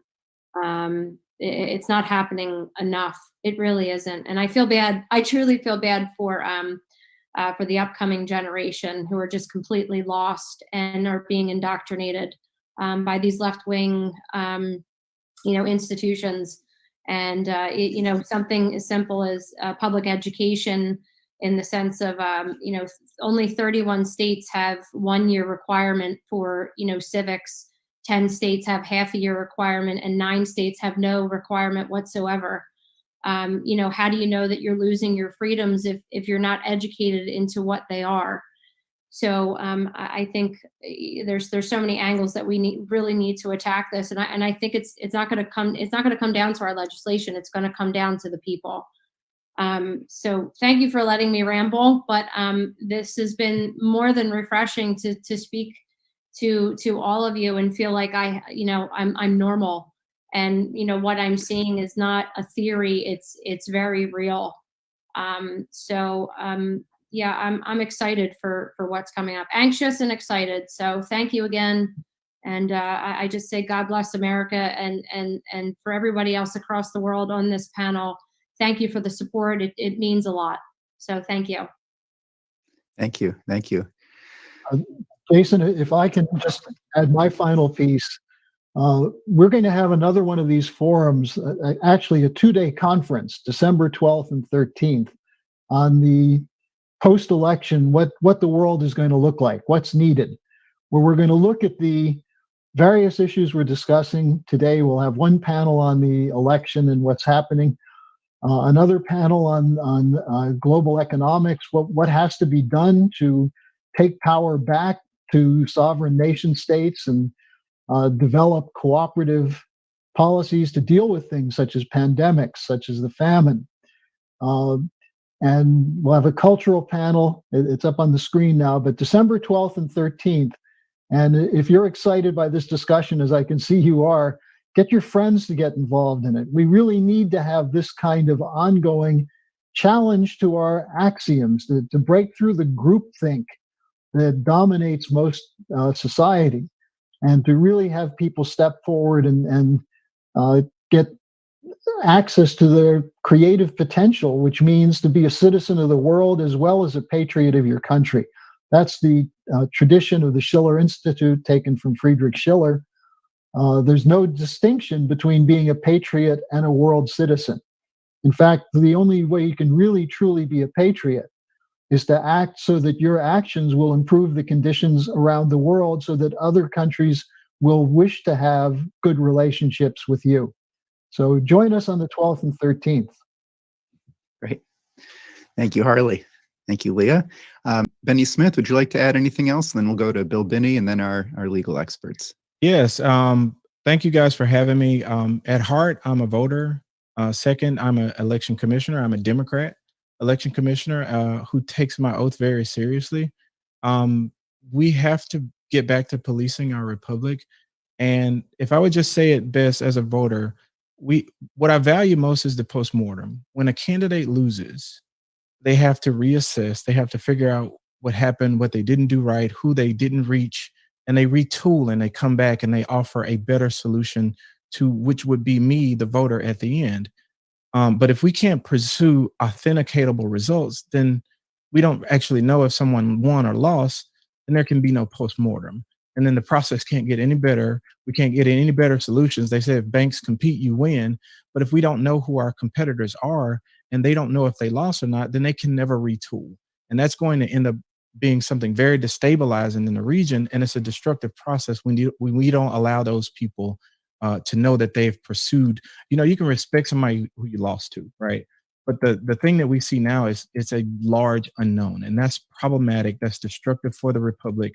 I'm not trying to get a Republican seated or unseated. I'm trying to preserve the republic.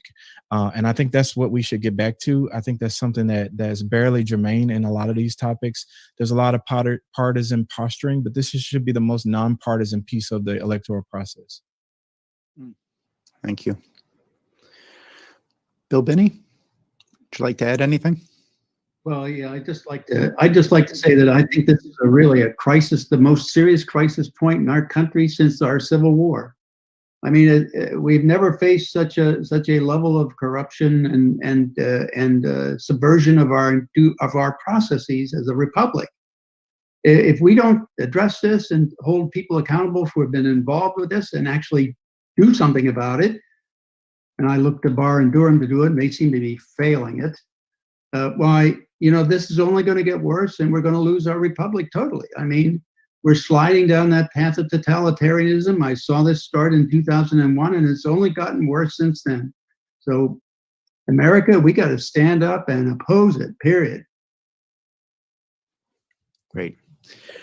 Okay, well, that I think we'll close out our testimony from our witnesses. So we'll switch over and hear our reflections from our legal experts from around the world.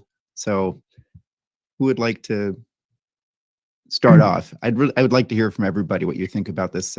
Simone Levy, please. Okay.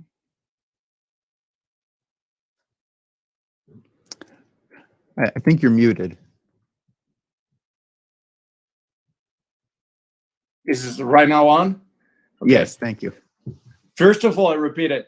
First of all, congratulations for the Schiller Institute for this extraordinary exercise and an opportunity to share and interchange an extremely important information and feedback that we can share for, different people from different nationalities. I would like to make a difference of the statements that I will share with you. First of all, I would like to share my own experience because this is important as a Californian resident. And later on, please allow me to share my two ways of my conclusion. The first, I will make some legal statements because I am a lawyer, and also I will share social analysis on like 2 or 3 statements. First of all, as a Californian resident, I had my ballot since 1 month ago. When I got from the USPS the ballot, I just see the ballot, and it was an extraordinary easy to go and deliver my ballot. I went for the local public space and deliver my ballot. It was an extraordinary easy. In Mexico, we had an authority, a national authority, with different measures to check first if the person is the one who is voting, and different legal measures. In California, it was extraordinary easy to release the ballot, even if was signed or not. So I don't know if this is like a bad situation or different, but I believe that the American system is self-based on the confidence of the voters, and it was try to be like an extraordinary example for the world, but bring me my own experience, bring me different feedback, and I didn't understand quite well how it was so easy to vote and deliver my ballot. Saying that, I just want to say regarding a message or the feedback of Daniel Marmolejo. Of course, we had in Mexico a situation with President López Obrador in 2006, but we had a situation of a percentage, a very small percentage, just 0.56%, with Felipe Calderón. And of course, we had a lot of evidence that we had a very bad situation and corruption in different institutions in Mexico. Saying that, I would like to start with my legal statements. First of all, Biden had 6 million more votes than Trump.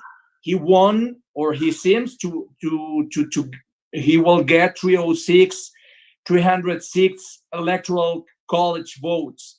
So basically, if we consider that all the recounts on the closest states, I don't think they will change the initial outcome. So considering this, we have an unprecedented reality in US. We have a pandemic situation that, of course, affects the way and the sources that all the American voters deliver the ballots. Second, there is an extraordinary amount of proof or of evidence that mass media, that different stakeholders affected or conducted the behavior of the American voters. But this is not the same that we can call or we can state that there is a significant fraud. So considering that there is an enormous disparity of the pattern that American voters went into the same day to deliver his vote, and there is another pattern of American voters that they send their ballots through the USPS. Considering this and considering all the information that we have heard among the last 2 hours, I can say and I can state again that there is a dilation, that there is an extraordinary number of irregular proof, evidence, and conduction of the behavior, as I stated before, of the voters.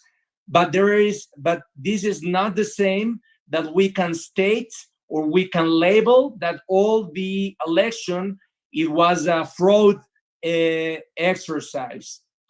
The third statement is legal. The third legal statement is that it's extraordinary, and I cannot understand this, especially in USA. There is no way, and it's extraordinarily dangerous that the mass media try to be the authority in electoral terms. So we cannot deliver the confidence of the institutions, and we have heard about the importance of the mass media, but it's extremely dangerous that the electoral college and the electoral authorities in US, they should regulate the way, the power, and the behavior of the mass media. I think this is not a good precedent for US, that the mass media, they want to interact or they want to behave as an electoral authority. Considering these legal statements, allow me just to share my insights regarding social or political analysis. As I stated before in my last question, I extremely believe there is a crisis in all the democracy system in US. So I encourage you to make this kind of exercises to bring more evidence, but for me, I believe will be just the transformation of the mass media, because I can bet this event or this extraordinary example or exercise is not going to be broadcast by the mass media favorite of America.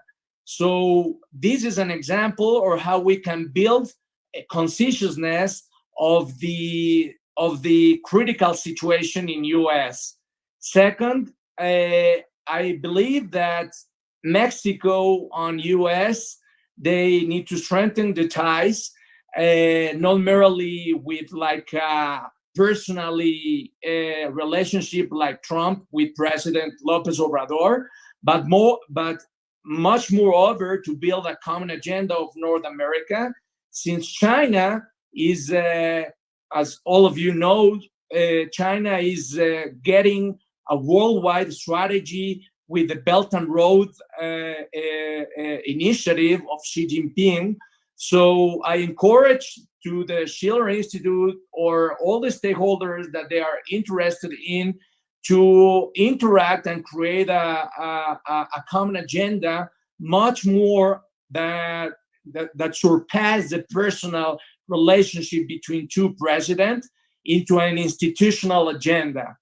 And finally, I extremely believe that we in the world, we need democracy, but we don't need much more statement that they cannot afford with facts what we are seeking in the situation, that if we want to prove something, we need to have reliable statements, reliable arguments, and basically we need to and this is my conclusion, we need to separate the committed and relevant proof of fraud and basically evidence of extraordinary numbers of irregular activities. There is no doubt that all the system, all the mass media try to conduct the behavior of the voters, and basically that's why we need to believe when we need to build much more democracy culture, not merely in America, but in all over the world. Thank you very much and congratulations. Thank you very much. Thank you very much. I believe we'll hear next from Juan Francisco Soto, and we'll finish up with David Meiswinkle. Oh, Marino El Savif is here. I'm sorry, I hadn't seen you. I didn't realize. Okay, Juan Francisco Soto next.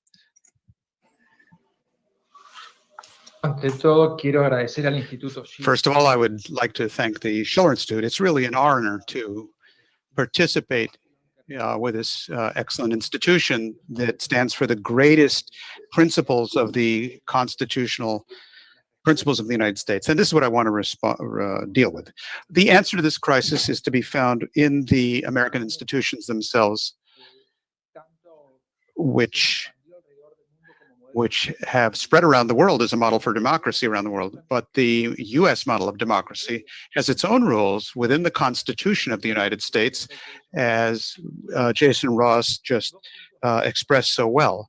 2 points I would like to make. First, since the American constitutional republic is, thank goodness, the Supreme Court of the United States, and to be able to get to the Supreme Court of the United States, we have to go through various instances of courts to go up through the appellate procedure. That is where the deep state has tried to deny the natural rights of the state, such as through the military doctrine, the Lawford case, where you would have a case, well, example, the case of Lyndon LaRouche himself, who was not exonerated, or the case of or Robert Mueller, who's a questionable personality. You can see his role from the question of Lyndon LaRouche through the attempted impeachment, the failed impeachment of Donald Trump. You can see a sequence there which culminates in this massive fraud, because the proof is enormous. What we don't have are judges. And since you don't have judges and you have a lot of evidence, you have to find answers in the Constitution itself. What does the U.S. Constitution tell us? That the states themselves that are part of the Constitution of the United States have a transcendental role, a fundamental role to be able to select the president.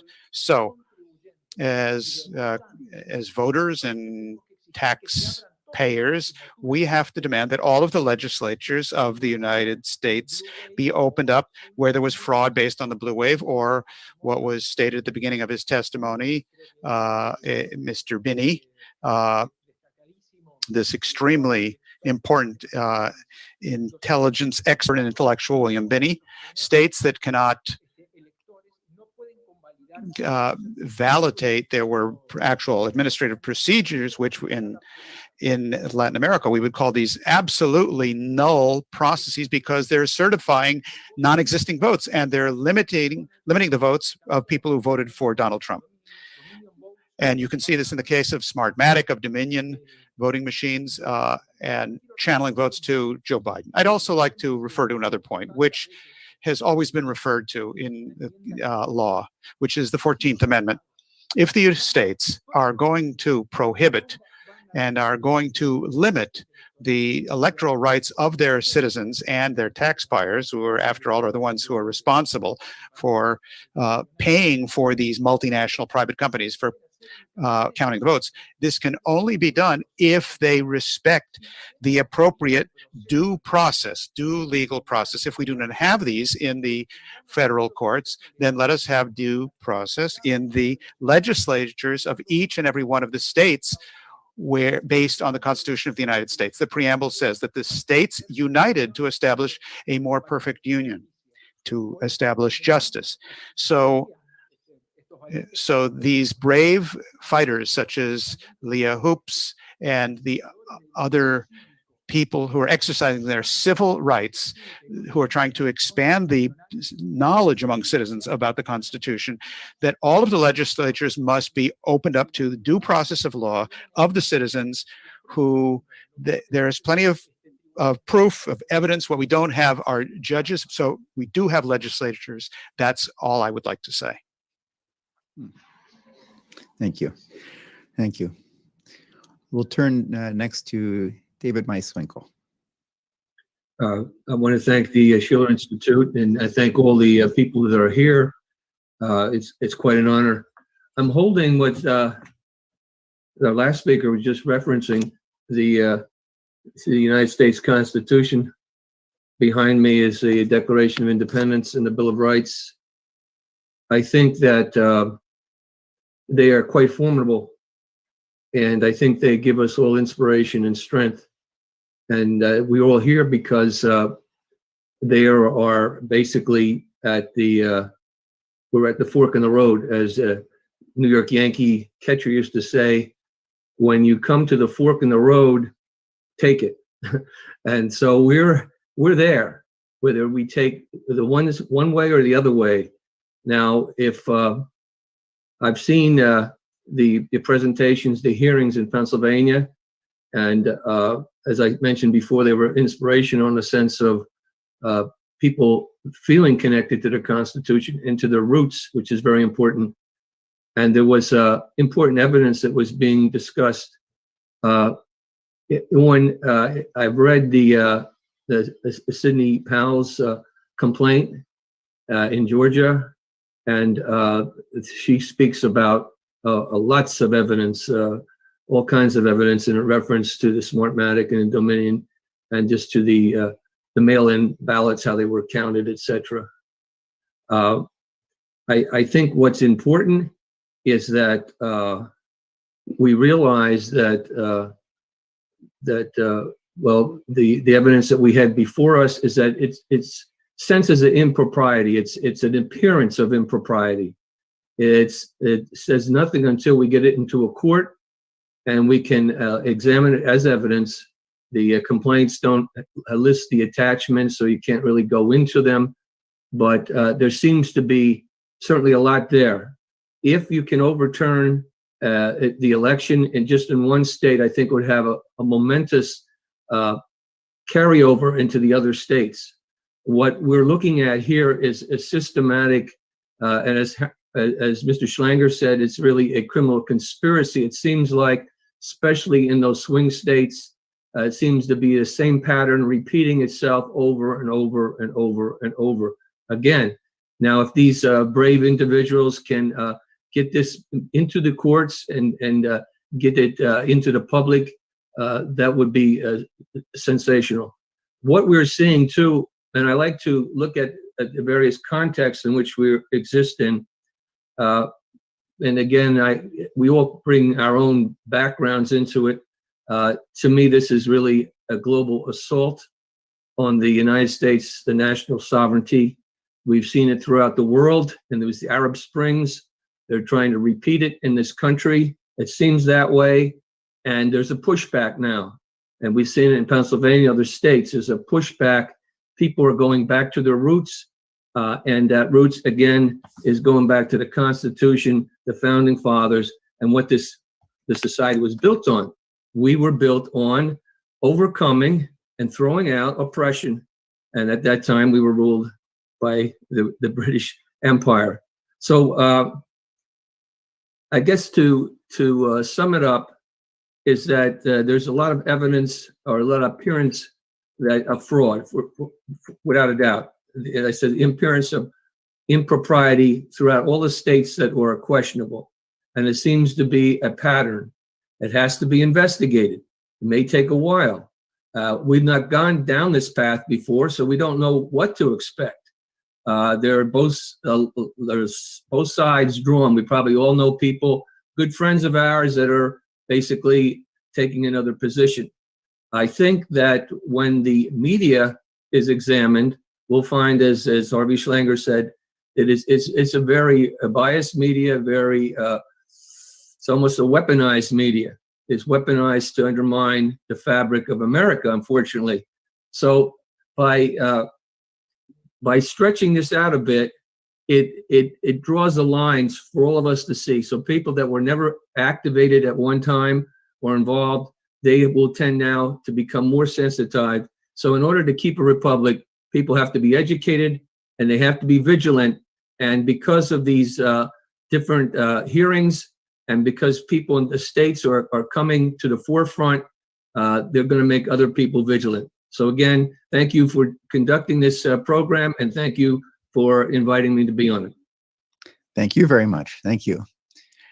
And we'll conclude with the dean of our body of jurists, Marino Elsevif. Would you like to say anything in conclusion about the event today? Muchísimas gracias por la Thank you very much for the opportunity to be with you here today. People are so courageous and so qualified. You've honored me by allowing me to be here with you, for the Schiller Institute especially, and my friend, my brother, Dennis Small, and Gabriela Ramirez. I want to recall them as well for all the years we've worked together. This opportunity that the United States has in this crisis that is so deep, is also an opportunity to move forward. And this is, here we see the teachings of Lyndon LaRouche expressed with regard to the manifest destiny of the United States. But I would like to address this from the standpoint of, in the following manner. We have to preserve the law governing electoral rights and the role of the Constitution in the electoral process. We have to preserve the institutions of the United States, and we have to tell the world that the democratic institutions of the country, which is given the best indications through their American system of growth of the population, of the dignity of man, of the feeling of equality, and that all human beings, we are all equal before the Creator, before our Lord Jesus Christ, that real conviction of agape, which Lyndon LaRouche spoke about, that cognitive power that we human beings have to transform the world, that this be elicited and operate in the United States, to be able to move forward democratically and preserving the institutions.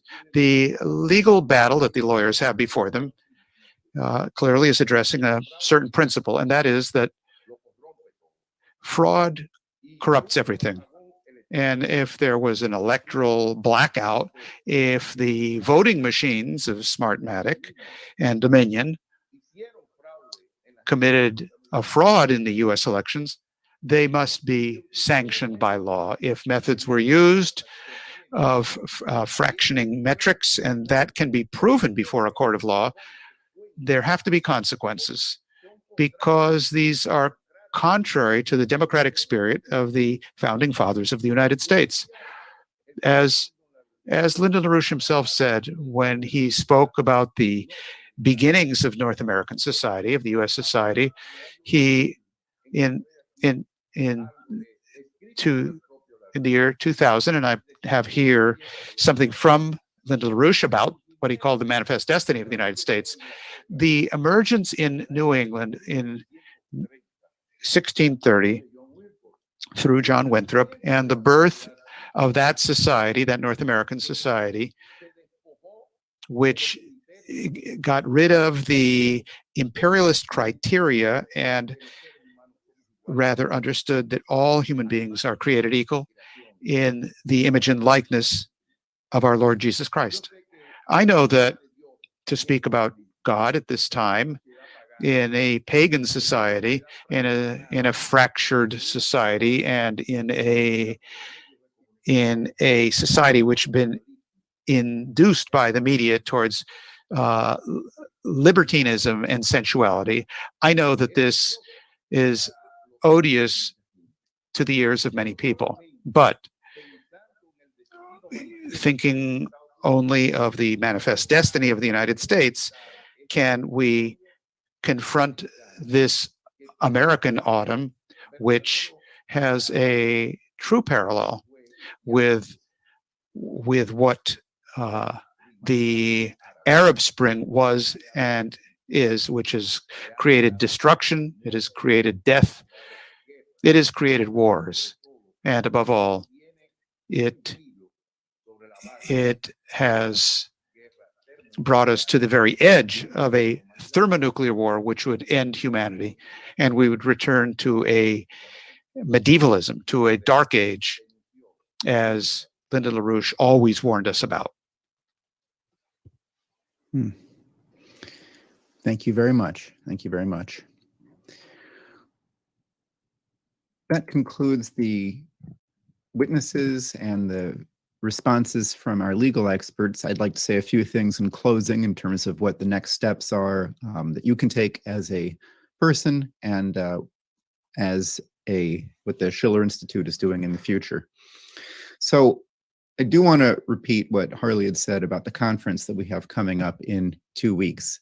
On December 12th and 13th, that's 2 weekends from this one, the Schiller Institute will have a 2-day conference where we're going to be taking up what it takes to have a society in which people are able to knowledgeably deliberate about their common future, to create economic growth, to develop new scientific principles, and to solve the challenges, the urgent challenges confronting the world.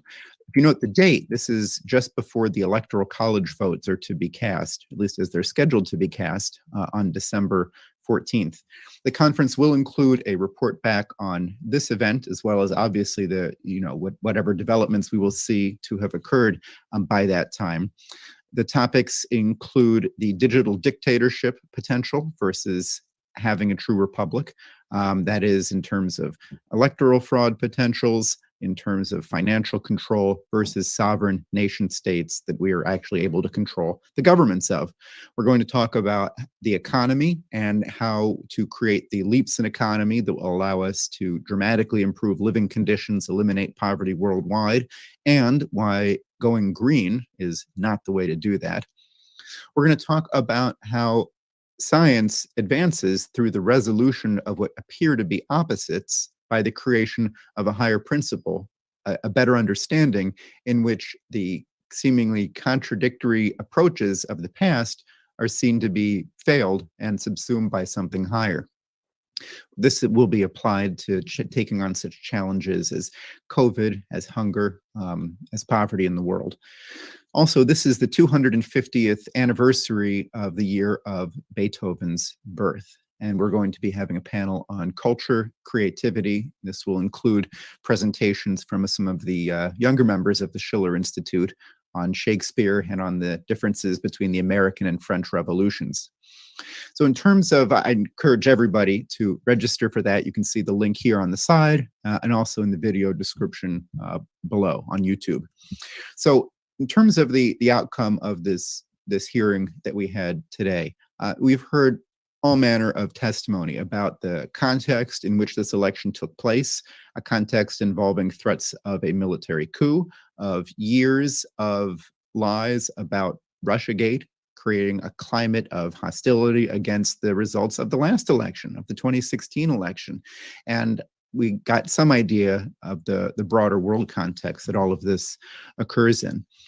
So the opportunity to have faith in our electoral process, to understand that an outcome of election is something that we can trust and accept, even if it doesn't go the way that we want, well, that demands transparency. And we've heard so many ways that that transparency simply has not existed. It was made impossible, and the potentials for fraud engendered by that. So the moves afoot in terms of legal suits. I encourage everybody, read the filings. If you want to see, if you say, well, where is the evidence? There's plenty of it. You can go ahead and read those Georgia and Michigan filings, unless Facebook or Twitter have blocked links to them again. You can see the affidavits, the evidence that's been submitted with them. You can have a look at it yourself. If you live in Pennsylvania, Arizona, Michigan, for example, you can get in touch with your state legislators and urge them to consider whether it's appropriate for them to use their legislative power to redefine the appointment of electors in this election. So really, who benefits from having such non-transparent elections? What would be the goal in creating a system where here we are 50 years after putting man on the moon, and we can't run an election that offers results that can be accepted and trusted and believed by so many people in the United States? So I encourage you personally to investigate this, look through the evidence, and take appropriate actions based on what you come to discover. And that's certainly what we will be doing. So with that, I'd like to draw this event to a close. I'd like to thank everybody who participated, our witnesses, our questioners, our legal experts on our Hey, real quick, I just want to thank you all for tuning in today to this webinar, this conference, if you will. Also want to give a huge shout out to Harley Schlanger at the Schiller Institute for inviting us to participate in this, and obviously tons of great information. So do me a favor before you depart, please like, share, subscribe, and so that we can do our part to fight for our republic. I was very excited last night, very stoked. I actually watched the movie The Patriot, and some of those things, and living, going back through that time period, and then reflecting on where we currently are in our republic and the fight that's at hand. So I'm glad that I have warriors like everyone tuning in today to assist with that. So again, thank you for tuning in to this. Lots of great comments and for the super chats. Very thankful for that as well. And that concludes our live stream for today. So everyone, take care. God bless and enjoy your evening. Take care. Bye-bye.